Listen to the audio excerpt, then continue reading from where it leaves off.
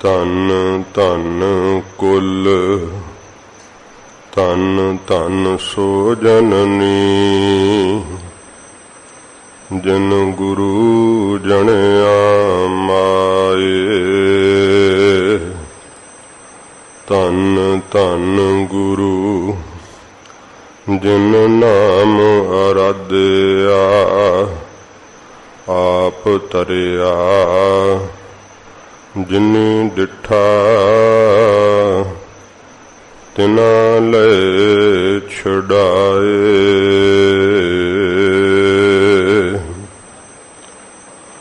Gagan ਦਮਾਮਾ ਬਾਜਿਓ ਪਰਿਓ ਨਿਸਨ cow. ਖੇਤ ਜੋ ਮੰਡਿਓ ਸੂਰਮਾ ਅਬ ਜੂਝਨ ਕੋ ਦਾਓ।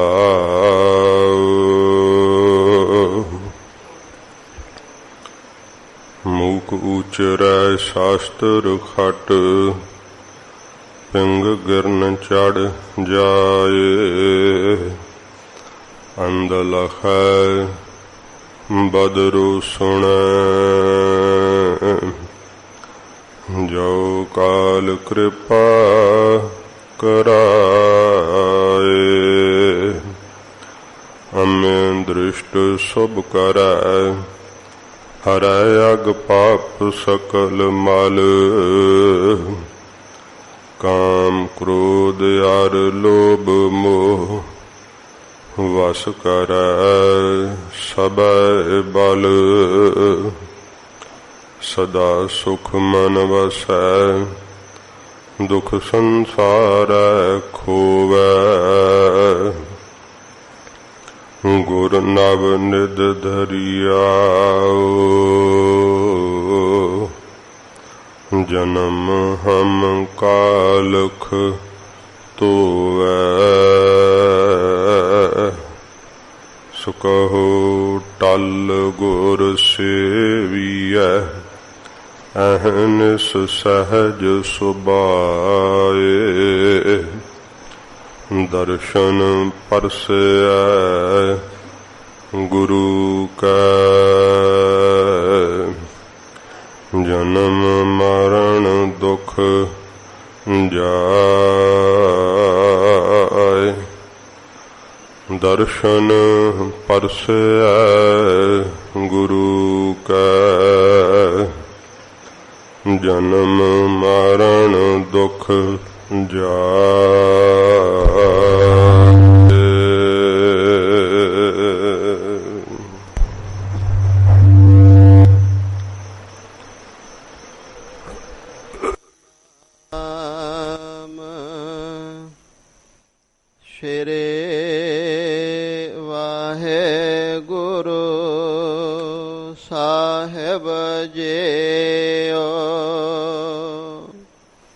ਮਹਲਾ ਦੂਜਾ।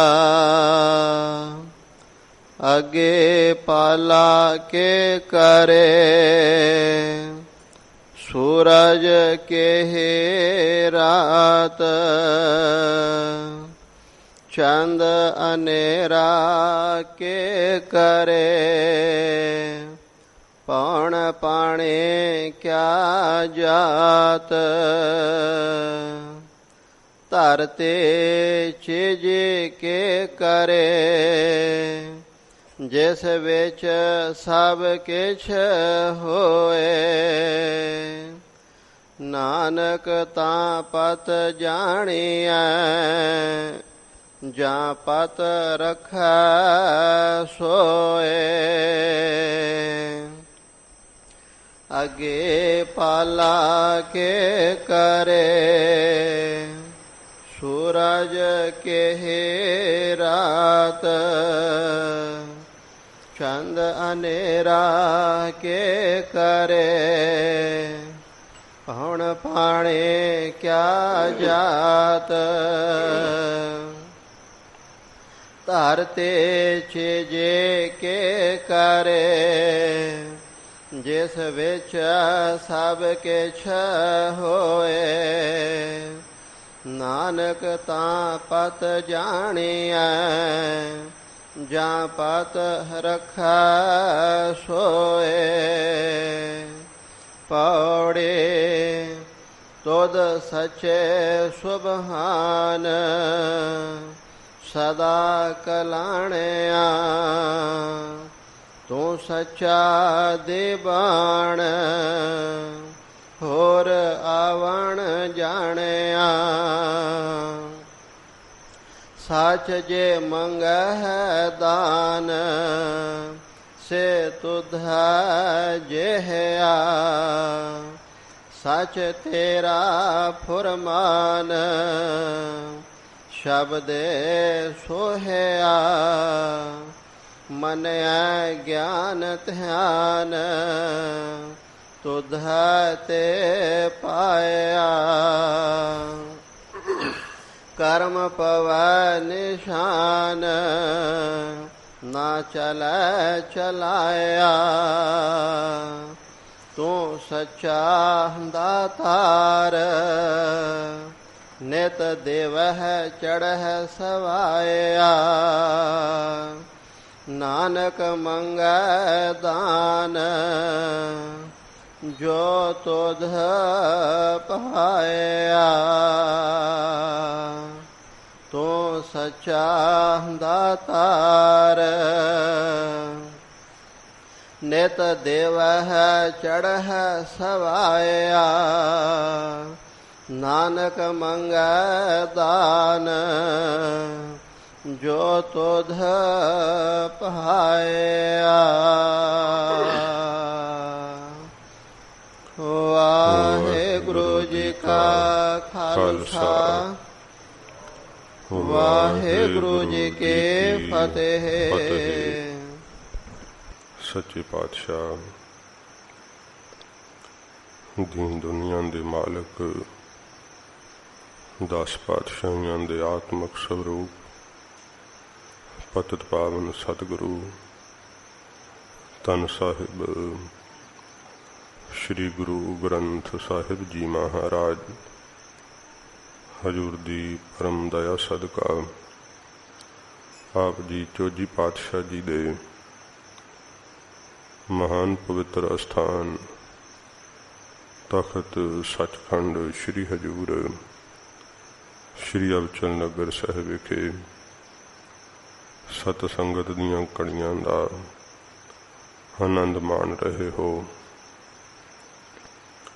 ਹਜ਼ੂਰ ਦੇ ਪਵਿੱਤਰ ਸਜੇ ਹੋਏ ਦੀਵਾਨ ਅੰਦਰ ਤੁਰ ਕੀ ਬਾਣੀ ਦੀ ਕਥਾ ਦਾ ਸਮਾਂ ਹੈ। ਸਤ ਸੰਗਤ ਜੀ, ਸ਼ਹੀਦੀ ਦਿਹਾੜੇ ਚੱਲ ਰਹੇ ਹੈ। ਅੱਜ 6 ਜੂਨ ਦਾ ਦਿਨ ਹੈ ਜਦੋਂ ਮਰ ਜੀਵੜਿਆਂ ਨੇ ਧੰਨ ਗੁਰੂ ਰਾਮਦਾਸ ਸੱਚੇ ਪਾਤਸ਼ਾਹ ਜੀ ਦੇ ਘਰ ਦੇ ਅੰਦਰ ਸ਼੍ਰੀ ਅਕਾਲ ਤਖਤ ਸਾਹਿਬ ਦੇ ਖੁੱਲ੍ਹੇ ਵਿਹੜੇ ਵਿੱਚ ਸ਼ਹਾਦਤ ਦੀ ਦੇਵੀ ਨੂੰ ਵਰਿਆ। ਹੱਸ ਹੱਸ ਕੇ ਸ਼ਹੀਦੀਆਂ ਦੇ ਬਾਟੇ ਛਕੇ। ਉਹ ਆਪਾਂ ਇਤਿਹਾਸ ਪਿਛਲੇ ਕੁਝ ਦਿਨਾਂ ਤੋਂ ਸਰਵਣ ਕਰਦੇ ਆ ਰਹੇ ਹਾਂ। ਸ਼ੇਸ਼ ਇਤਿਹਾਸ ਅੱਜ ਸਰਵਣ ਕਰਾਂਗੇ। ਅੱਜ ਦਾ ਵਿਸ਼ੇਸ਼ ਦਿਨ ਹੈ। ਕਿਉਂ ਵਿਸ਼ੇਸ਼ ਹੈ? ਅੱਜ ਦੇ ਦਿਨ ਦਲ ਪੰਜਨ ਗੁਰ ਸੂਰਮਾ ਬੜ ਯੋਧਾ ਬਹੁ ਪਰਉਪਕਾਰੀ ਜੀ ਧਰਮਵੀਰ ਸਤਿਗੁਰੂ ਮੀਰੀ ਪੀਰ ਦੇ ਮਾਲਕ ਗੁਰੂ ਹਰਗੋਬਿੰਦ ਸਾਹਿਬ ਜੀ ਮਹਾਰਾਜ ਹਜ਼ੂਰ ਦੇ ਅਵਤਾਰ ਧਾਰਨ ਦਾ ਦਿਨ ਹੈ। ਸਤਿਗੁਰਾਂ ਜੀ ਦਾ ਅਵਤਾਰ ਗੁਰਪੁਰਬ ਹੋਣ ਕਰਕੇ ਸੰਖੇਪ ਜੀਵਨ ਸਤਿਗੁਰਾਂ ਜੀ ਦਾ ਆਪਾਂ ਸਰਵਣ ਕਰਾਂਗੇ। ਫਿਰ ਸ਼ਹੀਦਾਂ ਦੇ ਚਰਨ ਪਰਸਦੇ ਹੋਏ ਲੜੀਵਾਰ ਕਥਾ ਸਰਵਣ ਕਰਾਂਗੇ। ਜਿਹੜੇ ਦਿਨ ਜਿਨ੍ਹਾਂ ਸਮਿਆਂ ਤੇ ਸਤਿਗੁਰੂ ਜੀ ਧਰਤੀ ਤੇ ਅਵਤਰੇ ਹਨ ਉਹ ਸਮੇਂ ਬਹੁਤ ਵਿਸ਼ੇਸ਼ ਨੇ। ਉਹ ਦਿਨ ਬਹੁਤ ਵਿਸ਼ੇਸ਼ ਹਨ। ਇੱਕ ਤਾਂ ਸਤਿਗੁਰੂ ਜੀ ਦੇ ਆਉਣ ਕਰਕੇ ਉਹ ਦਿਨ ਧੰਨ ਹੋ ਗਏ, ਉਹ ਸਮਾਂ ਧੰਨ ਹੋ ਗਿਆ। ਦੂਸਰਾ ਸਾਧ ਸੰਗਤ ਜੀ ਉਸ ਸਮੇਂ ਦੀ ਵੀ ਬਹੁਤ ਭਾਰੀ ਵਿਸ਼ੇਸ਼ਤਾ ਹੈ ਆਪਣੇ ਆਪ ਵਿੱਚ ਵੀ, ਜਦੋਂ ਨਿਰੰਕਾਰ ਸਰੂਪ ਸਤਿਗੁਰੂ ਜੀ ਨੇ ਅਵਤਾਰ ਧਾਰਿਆ ਹੈ। ਧੰਨ ਗੁਰੂ ਅਰਜਨ ਦੇਵ ਸੱਚੇ ਪਾਤਸ਼ਾਹ ਜੀ ਮਹਾਰਾਜ ਜੀ ਦੇ ਗ੍ਰਹਿ ਵਿਖੇ ਸਤਿਕਾਰਯੋਗ ਮਾਤਾ ਗੰਗਾ ਜੀ ਦੇ ਉਦਰ ਤੋਂ ਗੁਰੂ ਕੀ ਵਡਾਲੀ ਦੇ ਨਾਮ ਨਾਲ ਪ੍ਰਸਿੱਧ ਨਗਰ ਹੈ, ਜਿੱਥੇ ਧਰਮਵੀਰ ਸਤਿਗੁਰਾਂ ਜੀ ਦਾ ਅਵਤਾਰ ਹੋਇਆ। ਸਤਿਗੁਰਾਂ ਜੀ ਨੇ ਸ਼ੁਕਰਾਨੇ ਵਿੱਚ ਸ਼ਬਦ ਉਚਾਰਨ ਕੀਤੇ ਸੀ, ਪਰਮੇਸ਼ਰ ਦਿੱਤਾ ਬੰਨਾ ਦੁਖ ਰੋਗ ਕਾ ਡੇਰਾ ਪੰਨਾ, ਆਨੰਦ ਕਰਹਿ ਨਰ ਨਾਰੀ ਹਰ ਹਰ ਪ੍ਰਭ ਕਿਰਪਾ ਧਾਰੀ। ਸਤਿਗੁਰਾਂ ਜੀ ਨੇ ਪਰਮੇਸ਼ਰ ਦਾ ਸ਼ੁਕਰਾਨਾ ਕੀਤਾ। ਵਾਹਿਗੁਰੂ ਜੀ ਨੇ ਮਹਾਰਾਜ ਜੀ ਨੇ ਬਾਣੀ ਵਿੱਚ ਸ਼ਬਦ ਕਹੇ ਕਿ ਸਾਨੂੰ ਪੁੱਤਰ ਦੀ ਦਾਤ ਬਖਸ਼ਿਸ਼ ਕੀਤੀ ਹੈ। ਭਾਵੇਂ ਅੰਤਰੀਵ ਅਰਥ ਨੇ ਪਰਮਾਰਥ ਦਾ ਸਤਿਗੁਰਾਂ ਉਪਦੇਸ਼ ਦਿੱਤਾ ਹੈ। ਸਤਿਗੁਰੂ ਜੀ ਨੇ ਸਾਨੂੰ ਵਿਵਹਾਰਕ ਉਪਦੇਸ਼ ਵੀ ਦਿੱਤੇ ਹੈ, ਪਰਮਾਰਥਕ ਉਪਦੇਸ਼ ਵੀ ਸਤਿਗੁਰਾਂ ਬਖਸ਼ਿਆ ਹੈ। ਤੋ ਸਾਧ ਸੰਗਤ ਜੀ, ਸਤਿਗੁਰੂ ਜੀ ਨੇ ਸਾਨੂੰ ਇਹ ਆਗਿਆ ਕੀਤੀ ਹੈ ਕਿ ਦਿੱਤੀ ਹੋਈ ਦਾਤ ਦਾ ਸਦਾ ਨਿਰੰਕਾਰ ਦਾ ਸ਼ੁਕਰਾਨਾ ਕਰਨਾ, ਵਾਹਿਗੁਰੂ ਜੀ ਦਾ ਧੰਨਵਾਦ ਕਰਨਾ, ਫਿਰ ਪਰਮੇਸ਼ਰ ਦੀ ਬੇਅੰਤ ਖੁਸ਼ੀ ਪ੍ਰਾਪਤ ਹੁੰਦੀ ਹੈ। ਮਾਤਾ ਗੰਗਾ ਜੀ ਬੜੇ ਸੁਧੇ ਸੁਭਾਅ ਦੇ, ਬੜਾ ਨਿਰਛਲ ਸੁਭਾਅ ਸੀ ਮਾਤਾ ਜੀ ਦਾ।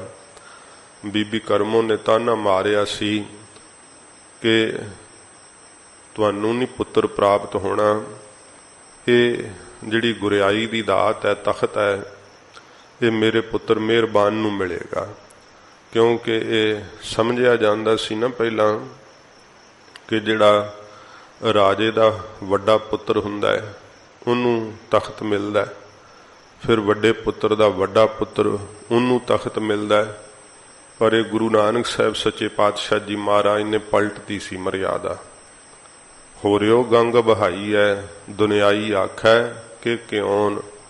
ਗੁਰੂ ਬਾਬਾ ਜੀ ਨੇ ਇਹ ਉਲਟੀ ਗੰਗਾ ਵਕਾਤੀ। ਦੁਨੀਆ ਕਹਿੰਦੀ ਹੈ ਕੀ ਕਰਤਾ, ਦੁਨੀਆ ਦੇ ਭਾਵ ਮਹਾਰਾਜ ਨੇ ਉਲਟੀ ਗੰਗਾ ਵਗਾਈ, ਪਰ ਸਤਿਗੁਰਾਂ ਸਿੱਧੀ ਵਗਾਈ। ਸੇਵਕ ਨੂੰ ਦਾਤ ਦਿੱਤੀ ਸੱਚੇ ਪਾਤਸ਼ਾਹ ਨੇ। ਫਿਰ ਸਾਧ ਸੰਗਤ ਜੀ, ਇਹ ਸੇਵਾ ਭਾਵਨਾ, ਬੀਬੀ ਭਾਨੀ ਜੀ ਦਾ ਵਰ ਮੰਗਣਾ ਤੇ ਗੁਰੂ ਅਰਜਨ ਸਾਹਿਬ ਜੀ ਮਹਾਰਾਜ ਨੂੰ ਘਰ ਕੀ ਵਸਤ ਘਰੇ ਰਹਾਵੈ ਬਚਨ ਕਹੇ ਆ ਭਾਈ ਗੁਰਦਾਸ ਜੀ ਨੇ। ਫਿਰ ਗੁਰੂ ਅਰਜਨ ਸਾਹਿਬ ਜੀ ਮਹਾਰਾਜ ਨੂੰ ਗੁਰਿਆਈ ਤਖਤ ਜਿਹੜਾ ਸੀ ਗੁਰੂ ਰਾਮਦਾਸ ਸਾਹਿਬ ਜੀ ਨੇ ਬਖਸ਼ਿਸ਼ ਕੀਤਾ। ਗੁਰੂ ਹਰਗੋਬਿੰਦ ਸਾਹਿਬ ਸੱਚੇ ਪਾਤਸ਼ਾਹ ਜੀ ਮਹਾਰਾਜ ਜੀ ਦੇ ਮਨ ਦੇ ਅੰਦਰ ਇਹ ਜਦੋਂ ਅਵਤਾਰ ਧਾਰਨ ਦੀ ਬਾਬਤ ਸਾਧ ਸੰਗਤ ਜੀ ਜ਼ਿਕਰ ਕਰਨ ਲੱਗੇ ਆ, ਸੰਖੇਪ ਹੀ ਮਹਾਰਾਜ ਜੀ ਦਾ ਜੀਵਨ ਆਪ ਨੇ ਪਿਆਰ ਨਾਲ ਸਰਵਣ ਕਰਨਾ। ਜਦੋਂ ਬੀਬੀ ਕਰਮੋਂ ਨੇ ਬਹੁਤ ਤਾਨਾ ਮਾਰਿਆ ਤੇ ਮਾਤਾ ਗੰਗਾ ਜੀ ਦਾ ਦਿਲ ਬਹੁਤ ਦੁਖਿਆ, ਹਜੂਰ ਦੇ ਚਰਨਾਂ 'ਚ ਬੇਨਤੀ ਕੀਤੀ, ਮਹਾਰਾਜ ਆਪ ਦੇ ਦਰ ਤੋਂ ਸਾਰਾ ਸੰਸਾਰ ਹੀ ਝੋਲੀਆਂ ਭਰਦਾ ਏ, ਮਹਾਰਾਜ ਆਪ ਦੇ ਦਾਸੀ ਦੀ ਵੀ ਝੋਲੀ ਵਿੱਚ ਖੈਰ ਪਾਓ। ਸਤਿਗੁਰਾਂ ਜੀ ਕਿਹਾ ਕੀ ਇੱਛਾ ਏ। ਮਹਾਰਾਜ ਸਾਨੂੰ ਪੁੱਤਰ ਦੀ ਦਾਤ ਬਖਸ਼ੋ, ਸਰੀਕੇ ਤਾਨਾ ਮਾਰਦੇ ਐ। ਮਹਾਰਾਜ ਸਾਹਿਬ ਜੀ ਨੇ ਆਖਿਆ ਗੰਗਾ ਇਹ ਦਾਤ ਤਾਂ ਫਿਰ ਗੁਰੂ ਨਾਨਕ ਸਾਹਿਬ ਦੇ ਸੇਵਕ ਦੇ ਸਕਦੇ ਆ। ਭਾਵੇਂ ਕਿ ਸਤਿਗੁਰੂ ਜੀ ਦੇ ਕੋਲ ਜਿੱਥੇ ਸੰਸਾਰ ਦੇ ਜੀਆਂ ਨੂੰ ਦਾਤਾਂ ਦੇਈ ਜਾਂਦੇ ਐ, ਆਪਦੇ ਘਰ ਨਹੀਂ ਦਾਤ ਦੇ ਸਕਦੇ। ਨਾਲੇ ਸਤਿਗੁਰੂ ਜੀ ਤਾਂ ਸਭ ਕੁਝ ਜਾਣਦੇ ਐ, ਪਰ ਮਹਾਰਾਜ ਜੀ ਨੇ ਮਾਤਾ ਜੀ ਨੂੰ ਜਿਹੜੀ ਗੁਰੂ ਘਰ ਦੀ ਮੁੱਖ ਮਰਿਆਦਾ ਉਹ ਸਿਖਾਉਣੀ ਹੈ ਕਿ ਗੁਰੂ ਨਾਨਕ ਸਾਹਿਬ ਦੇ ਘਰ ਦੇ ਅੰਦਰ ਨਿਮਰਤਾ ਪ੍ਰਦਾਨ ਹੈ, ਨਿਰਮਾਣ ਹੋ ਕੇ ਦਾਤਾਂ ਮਿਲਦੀਆਂ। ਜੇ ਆਪਣੇ ਮਹਿਲਾ ਨੂੰ ਸਿਖਾ ਰਹੇ ਹੈ ਤੇ ਸਤਿਗੁਰੂ ਜੀ ਸਾਨੂੰ ਸਿੱਖਾਂ ਨੂੰ ਦੱਸ ਰਹੇ ਹੈ ਕਿ ਗੁਰੂ ਨਾਨਕ ਸਾਹਿਬ ਦੇ ਘਰੋਂ ਜੇ ਕੁਝ ਪ੍ਰਾਪਤ ਹੋ ਸਕਦਾ ਹੈ ਤੇ ਉਹ ਭਾਈ ਨਿਰਮਾਣਤਾ ਨਾਲ ਹੀ ਪ੍ਰਾਪਤ ਹੋ ਸਕਦਾ ਹੈ। ਹਜੂਰ ਨੇ ਆਖਿਆ ਗੁਰੂ ਨਾਨਕ ਸਾਹਿਬ ਜੀ ਦੇ ਪਰਮ ਸੇਵਕ ਬਾਬਾ ਬੁੱਢਾ ਸਾਹਿਬ ਜੀ ਇਹ ਦਾਤ ਕਰਨ ਦੇ ਸਮਰੱਥ ਹੋਇਆ। ਤੁਸੀਂ ਜਾਓ ਉਹਨਾਂ ਦੀ ਸੇਵਾ ਕਰਕੇ ਪ੍ਰਸੰਨਤਾ ਲਓ। ਬਾਬਾ ਬੁੱਢਾ ਸਾਹਿਬ ਜੀ ਜ਼ਰੂਰ ਵਰ ਦੇਣਗੇ, ਖਾਲੀ ਨਹੀਂ ਮੋੜਨਗੇ।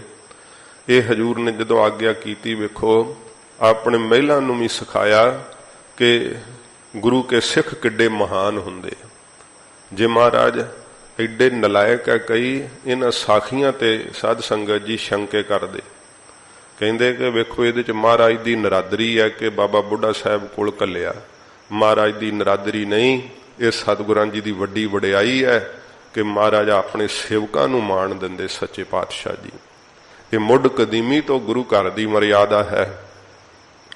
सतगुरां जी ने ये साध संगत जी सिद्धांत स्थापित करने, इस करके महाराज आपदे घर विच भी यही असूल रखिया। आख्या गुरु नानक साहब जी दे परम सेवक ने, उन्हां दी रसना दा किया होया वाक गंगा खाली नहीं जांदा। जाओ उन्हां दी सेवा करो, वो तुहानूं जरूर बख्शिश करनगे। माता गंगा जी दा जाना आपां इतिहास सुनिया। मैं संखेप ही टूका मात्र ही बचन करांगा, ते क्योंकि अज सतगुरां जी दा प्रकाश गुरपुरब है, भावें कि इतिहास सुनिया ही होवे, पर जदों महाराज जी दा दिहाड़ा हुंदा है ना, ये फिर सुनना जिवें सतगुरां दे सरवण दर्शन हुंदे। ये साध संगत जी सिੱਖੀ प्राप्त हुंदी है। महाराज सच्चे पातशाह जी दे अवतार दा वर लैण वास्ते माता जी जदों रथां ते चढ़ के गए सी, ते धूड़ उड्डदी वेख के बाबा बुढ़ा साहब ने सुभायक पुछना कि कौन आ रहा है। ते गुरु साहब दे जिहड़े साध संगत जी रथ हुंदे सी विशेष हुंदे सी। सोने दे उत्ते जिहड़े रथां दे वो साध संगत जी जिहड़े सी वो गुंबद बने हुंदे सीगे, ते ध्वज भी निशान भी जिहड़ा सी वो भी लहराउंदा हुंदा सी। ते वो केवल गुरु साहब दे महलां दे जां गुरु साहब दे जिथे महाराज आप सवारी करन उस रथ ते ही लहराउंदा सी। ते वेख के उस ध्वज वल कहा कि गुरु के आ रहे हैं, गुरु के महलां दा रथ है। ते बाबा बुढ़ा साहब जी ने कहा कि ये गुरु कियां नूं किधर भाजड़ा पै गईयां। वेखो ब्रह्म ज्ञानी महापुरखां दे बचन। ते सिख ने लागों सुन के कहा कि बाबा बुढ़ा साहब जी वो जटां वाली करती, गुरु कियां नूं भी बख्शिया नहीं, गुरु कियां वास्ते ये बोल कहता। ते बाबा बुढ़ा साहब ने कहा भाई तू गुरु कियां नाल साडी सीधी गल है, ते तू सूर वांगू घुर घुर क्यों बिच करदा। वो तां डर गया बाबा जी दा बचन सुन के, कहन लगा महाराज तुहाडा बचन तां कोई 33 करोड़ देवी देवतियां चों नहीं मोड़ सकदा। खुद ब्रह्मा वर्गे हथ जोड़ के आप दे भै करदे खलो के बचन मनदे है। महाराज हुण ये मेरी मुक्त किवें होऊगी। कहन लगे तेरी मुक्त दा कारण भी माता साहब जी दे वरदान चों ही निकलेगा। हुण कहन लगा महाराज दस दिओ मैनू। कहन लगे अज तां नहीं, कल नूं माता जी आउणगे हुण गुरु साहब दी प्रेरणा नाल, ते गुरु नानक साहब दे 6वें स्वरूप दा अवतार इन्हां दी कुख तो होएगा। जदों भर जवानी विच होणगे ना गुरु पातशाह जी, इत्थे इसे जंगल च ही तू ना सूर बन के विचरदा होवेंगा। गुरु हरगोबिंद साहब जी महाराज आप तेनू अपने हथी मार के तेरे शरीर दा अध विचकारों कट के तेनू सदगति प्रदान करनगे। वो साध संगत जी उत्थे गुरुद्वारा साहब बनया होया, जिथे महाराज जी ने घोड़े ते चढ़िया होया सतगुरु ने सरपट भजदिया होया ये सूर जिहड़ा सी इहने बाबा बिधि चंद जी दे घोड़े नूं ठेडा ला के ते बिधि चंद जी डिग गए सी टोए दे विच। महाराज हस पे, सतगुरु कहंदे विधिया एडा बहादुर तू तेनू सूर ने सिट दिता है। ते बिधि चंद जी हाथ जोड़ के कहंदे महाराज ये तुसीं जाणदे हो कि सूर की बला है, मैनू नहीं पता। सतगुरां जी ने फिर भज्जे जांदे सूर दे बराबर अपना घोड़ा सतगुरां जी ने कीता। एडा महाराज दा शरीर दा डील डौल सी, पर शरीर दा संतुलन महाराज घोड़े दे उत्ते किवें बरकरार रखदे। सच्चे पातशाह जी महाराज जी ने सज्जी रकाब दे भार हो करके, सूर नीवा हुंदा साध संगत जी, घोड़े तो वार मारना होवे ते सूर दे वार मारना बड़ा औखा है। सतगुरां जी ने सज्जी रकाब ते आप दे सारे शरीर दा भार सिट के घोड़े दे धौण दे केस जिहड़े सी खब्बी बाजू नाल पकड़ के इन्ना शरीर महाराज ने सज्जे पासे नूं लफा दिता कि सतगुरु जी ने भज्जे जांदे सूर दे लक दे विच भारी तेगे दा जदों भरवां वार कीता ना ते वो शरीर दफाड़ हो गया। महाराज दा तेगा धरती नूं छोह के उठिया फिर ते हजूर ने गातरे कर लिया। भज्जे जांदे होए सूर नूं जदों दफाड़ कीता ते वेख के सिख दंग रह गए। ये सतगुरु जी दी जंगी विद्या दा साध संगत जी कमाल है। ਤੇ ਫਿਰ ਉਸ ਸਿੱਖ ਦੀ ਬਾਬਤ ਵੀ ਸਤਿਗੁਰਾਂ ਜੀ ਨੇ ਉਹਦੀ ਦਿਵ ਰੂਹ ਨੂੰ ਬਚਨ ਕਰਾਉਣੇ ਤੇ ਸੱਚਖੰਡ ਤੋਰਨਾ, ਸਦਗਤੀ ਪ੍ਰਦਾਨ ਕਰਨੀ। ਗੁਰੂ ਹਰਗੋਬਿੰਦ ਸਾਹਿਬ ਸੱਚੇ ਪਾਤਸ਼ਾਹ ਜੀ ਦੇ ਅਵਤਾਰ ਧਾਰਨ ਬਾਰੇ ਬਾਬਾ ਬੁੱਢਾ ਸਾਹਿਬ ਜੀ ਤ੍ਰੈਕਾਲਦਰਸ਼ੀ ਨੇ, ਜਾਣਦੇ ਹਨ। ਪਰ ਜਿਸ ਕਾਰਜ ਕਰਕੇ ਗੁਰੂ ਅਰਜਨ ਸਾਹਿਬ ਨੇ ਭੇਜਿਆ ਏ ਮਾਤਾ ਜੀ ਨੂੰ, ਗੁਰੂ ਕਿਆਂ ਨੂੰ, ਉਹ ਮਹਾਰਾਜ ਸਾਹਿਬ ਜੀ ਦੀ ਆਗਿਆ ਮੁਤਾਬਕ ਜਾਚ ਵੀ ਸਿਖਾਉਣੀ ਹੈ ਕਿ ਸਾਡੇ ਘਰ ਵਿੱਚ ਵੀ ਕਿਸੇ ਨੂੰ ਮਾਣ ਨਾ ਰਹੇ ਕਿ ਅਸੀਂ ਗੁਰੂ ਕੇ ਆ। ਗੁਰੂ ਨਾਨਕ ਸਾਹਿਬ ਜੀ ਦਾਤ ਜਿਹੜੀ ਹੈ ਨਾ, ਉਹ ਸਿੱਖ ਬਣ ਕੇ ਮਿਲਦੀ ਹੈ। ਇਹ ਨਾ ਸਮਝ ਲੈ ਕੋਈ ਕਿ ਮੈਂ ਗੁਰੂ ਜੀ ਦਾ ਪਰਿਵਾਰਕ ਮੈਂਬਰ ਵਾਂ। ਨਹੀਂ, ਸਤਿਗੁਰੂ ਜੀ ਕਹਿੰਦੇ ਗੁਰੂ ਨਾਨਕ ਸਾਹਿਬ ਨੇ ਭਾਈ ਵਿਧੀ ਵਿਧਾਨ ਹੀ ਐਸਾ ਬਣਾਇਆ ਹੈ, ਜਿਹੜਾ ਗੁਰੂ ਨਾਨਕ ਸਾਹਿਬ ਦੇ ਘਰ ਦੇ ਅੰਦਰ ਨਿਮਰਤਾ ਨਾਲ ਝੁਕਦਾ ਹੈ, ਉਹਦੀਆਂ ਝੋਲੀਆਂ ਗੁਰੂ ਨਾਨਕ ਸਾਹਿਬ ਜੀ ਭਰ ਦਿੰਦੇ ਆ। ਫਿਰ ਆ ਕੇ ਮਾਤਾ ਜੀ ਦਾ ਬੇਨਤੀ ਕਰਨਾ ਤੇ ਬਾਬਾ ਬੁੱਢਾ ਸਾਹਿਬ ਨੇ ਆਖਣਾ, ਮਾਤਾ ਜੀ ਮੈਂ ਤਾਂ ਸੇਵਕ ਵਾਂ, ਗੁਰੂ ਸਾਹਿਬ ਜੀ ਦੇ ਕੋਲ ਸਭ ਦਾਤਾਂ ਨੇ, ਆਪ ਸਤਿਗੁਰੂ ਜੀ ਮਾਲਕ ਹਨ, ਆਪ ਸਤਿਗੁਰਾਂ ਦੇ ਚਰਨਾਂ 'ਚ ਹੀ ਬੇਨਤੀ ਕਰੋ। ਜਦੋਂ ਇਹ ਕਹਿ ਕੇ ਮੋੜਿਆ, ਸੇਵਕਾਂ ਨੇ ਮਾਤਾ ਜੀ ਦੇ ਕੰਨ ਆਵਾਜ਼ ਪਾਈ ਕਿ ਤੁਹਾਡੇ ਰੱਥ ਵੇਖ ਕੇ ਭਾਜੜਾਂ ਪੈਣ ਦਾ ਬਚਨ ਕਰ ਚੁੱਕੇ ਆ ਬਾਬਾ ਬੁੱਢਾ ਸਾਹਿਬ। ਮਾਤਾ ਜੀ ਨੇ ਸ਼ਾਮ ਨੂੰ ਪਰਤਣਾ, ਗੁਰੂ ਅਰਜਨ ਸਾਹਿਬ ਜੀ ਦੇ ਚਰਨਾਂ 'ਚ ਬੇਨਤੀ ਕਰਨੀ, ਮਹਾਰਾਜ ਵਰਤਾਂ ਕੀ ਲੈਣਾ ਸੀ? ਮਹਾਰਾਜ ਭਾਜੜਾਂ ਪੈਣ ਦਾ ਬਚਨ ਕਰਤਾ ਬਾਬਾ ਬੁੱਢਾ ਸਾਹਿਬ ਨੇ। ਹਜੂਰ ਹੱਸ ਪਏ ਸੁਣ ਕੇ ਸੱਚੇ ਪਾਤਸ਼ਾਹ। ਮਹਾਰਾਜ ਕਹਿੰਦੇ ਬੇਖੌਫ ਹੁੰਦੇ ਆ ਗੁਰੂ ਨਾਨਕ ਸਾਹਿਬ ਦੇ ਸੇਵਕ। ਤੇ ਗੰਗਾ ਤੁਸੀਂ ਗਏ ਕਿਵੇਂ ਸੀ? ਦੱਸਿਆ ਮਹਾਰਾਜ ਇਵੇਂ ਗਏ ਸੀ। ਹਜੂਰ ਕਹਿੰਦੇ ਜਦੋਂ ਗੁਰੂ ਨਾਨਕ ਸਾਹਿਬ ਜੀ ਦੇ ਘਰ ਸੇਵਕ ਬਣ ਕੇ ਜਾਈਏ ਨਾ, ਫਿਰ ਦਾਤ ਮਿਲਦੀ ਹੈ, ਗੁਰੂ ਕੇ ਬਣ ਕੇ ਨਾ ਜਾਓ। ਬਾਬਾ ਬੁੱਢਾ ਸਾਹਿਬ ਜੀ ਦੇ ਸ਼ਰਨ ਵਿੱਚ ਜਾਣਾ ਤੇ ਨਿਮਾਣੇ ਸਿੱਖ ਵਜੋਂ ਜਾਓ।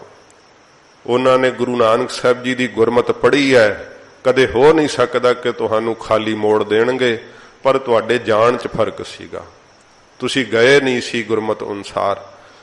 ਤੇ ਮਹਾਰਾਜ ਜੀ ਤੋਂ ਪੁੱਛਿਆ ਫਿਰ ਹਜੂਰ ਕਿਵੇਂ ਜਾਈਦਾ ਸਤਪੁਰਸ਼ਾਂ ਦੀ ਸ਼ਰਨ ਵਿੱਚ? ਮਹਾਰਾਜ ਕਹਿੰਦੇ ਨੇ ਰੱਥ ਤੇ ਚੜ ਕੇ ਨਾ ਜਾਇਓ, ਨੰਗੇ ਚਰਨੀ ਜਾਓ, ਆਪਣੇ ਹੱਥੀਂ ਪ੍ਰਸ਼ਾਦਾ ਬਣਾਓ ਤੇ ਬੜੀ ਭਾਵਨਾ ਨਾਲ ਸ਼ਰਧਾ ਰੱਖ ਕੇ ਜਾ ਕੇ ਛਕਾਓ ਤੇ ਫਿਰ ਨਿਮਰਤਾ ਨਾਲ ਬੇਨਤੀ ਕਰਿਓ। ਫਿਰ ਬਾਬਾ ਬੁੱਢਾ ਸਾਹਿਬ ਜੀ ਕੀ ਕਹਿਣਗੇ ਸਾਨੂੰ ਆ ਕੇ ਦੱਸਿਓ। ਸਤ ਬਚਨ ਮਹਾਰਾਜ। ਖੁਦ ਮਾਤਾ ਗੰਗਾ ਜੀ ਨੰਗੇ ਚਰਨੀ, ਗੁਰੂ ਮਹਾਰਾਜ ਜੀ ਦੇ ਮਹਿਲ, ਗੁਰੂ ਅਰਜਨ ਸਾਹਿਬ ਦੇ ਮਹਿਲ, ਜਿਨ੍ਹਾਂ ਨੂੰ ਸਾਰੇ ਸਿੱਖ ਮਾਤਾ ਜੀ ਕਹਿ ਕੇ ਸਤਿਕਾਰ ਦਿੰਦੇ, ਖੁਦ ਬਾਬਾ ਬੁੱਢਾ ਸਾਹਿਬ ਜੀ ਆਪ ਜੀ ਨੂੰ ਮਾਤਾ ਜੀ ਕਹਿੰਦੇ ਆ, ਕਿਉਂਕਿ ਆਪ ਗੁਰੂ ਸਾਹਿਬ ਦੇ ਮਹਿਲ ਹਨ। ਜਦੋਂ ਨੰਗੇ ਚਰਨੀ ਜਾ ਰਹੇ ਆ, ਇੱਕ ਦਾਸੀ ਨਾਲ ਹੈ, ਮਾਤਾ ਜੀ ਨੇ ਆਪ ਪ੍ਰਸ਼ਾਦਿਆਂ ਦੀ ਗੰਢ ਚੱਕੀ ਹੋਈ ਹੈ, ਦਾਸੀ ਦੇ ਸਿਰ ਤੇ ਲੱਸੀ ਦੀ ਚਾਟੀ ਚੱਕੀ ਹੋਈ ਹੈ, ਮਿੱਸੇ ਪ੍ਰਸ਼ਾਦੇ ਬਣਾਏ ਹੈ, ਕੁਝ ਪਿਆਜ਼ ਨਾਲ, ਤੇ ਇਉਂ ਲੈ ਕੇ ਮਾਤਾ ਜੀ ਤੁਰੇ ਜਾ ਰਹੇ। ਦੁਪਹਿਰ ਹੋ ਗਈ, ਤਕਰੀਬਨ 20-25 ਕਿਲੋਮੀਟਰ ਦਾ ਫਾਸਲਾ ਹੋਵੇਗਾ ਅੰਮ੍ਰਿਤਸਰ ਸਾਹਿਬ ਤੋਂ ਬੀੜ ਸਾਹਿਬ ਦਾ। ਬਾਬਾ ਬੁੱਢਾ ਸਾਹਿਬ ਜੀ ਖੇਤਾਂ ਵਿੱਚ ਕੰਮ ਕਰ ਰਹੇ ਸੀ।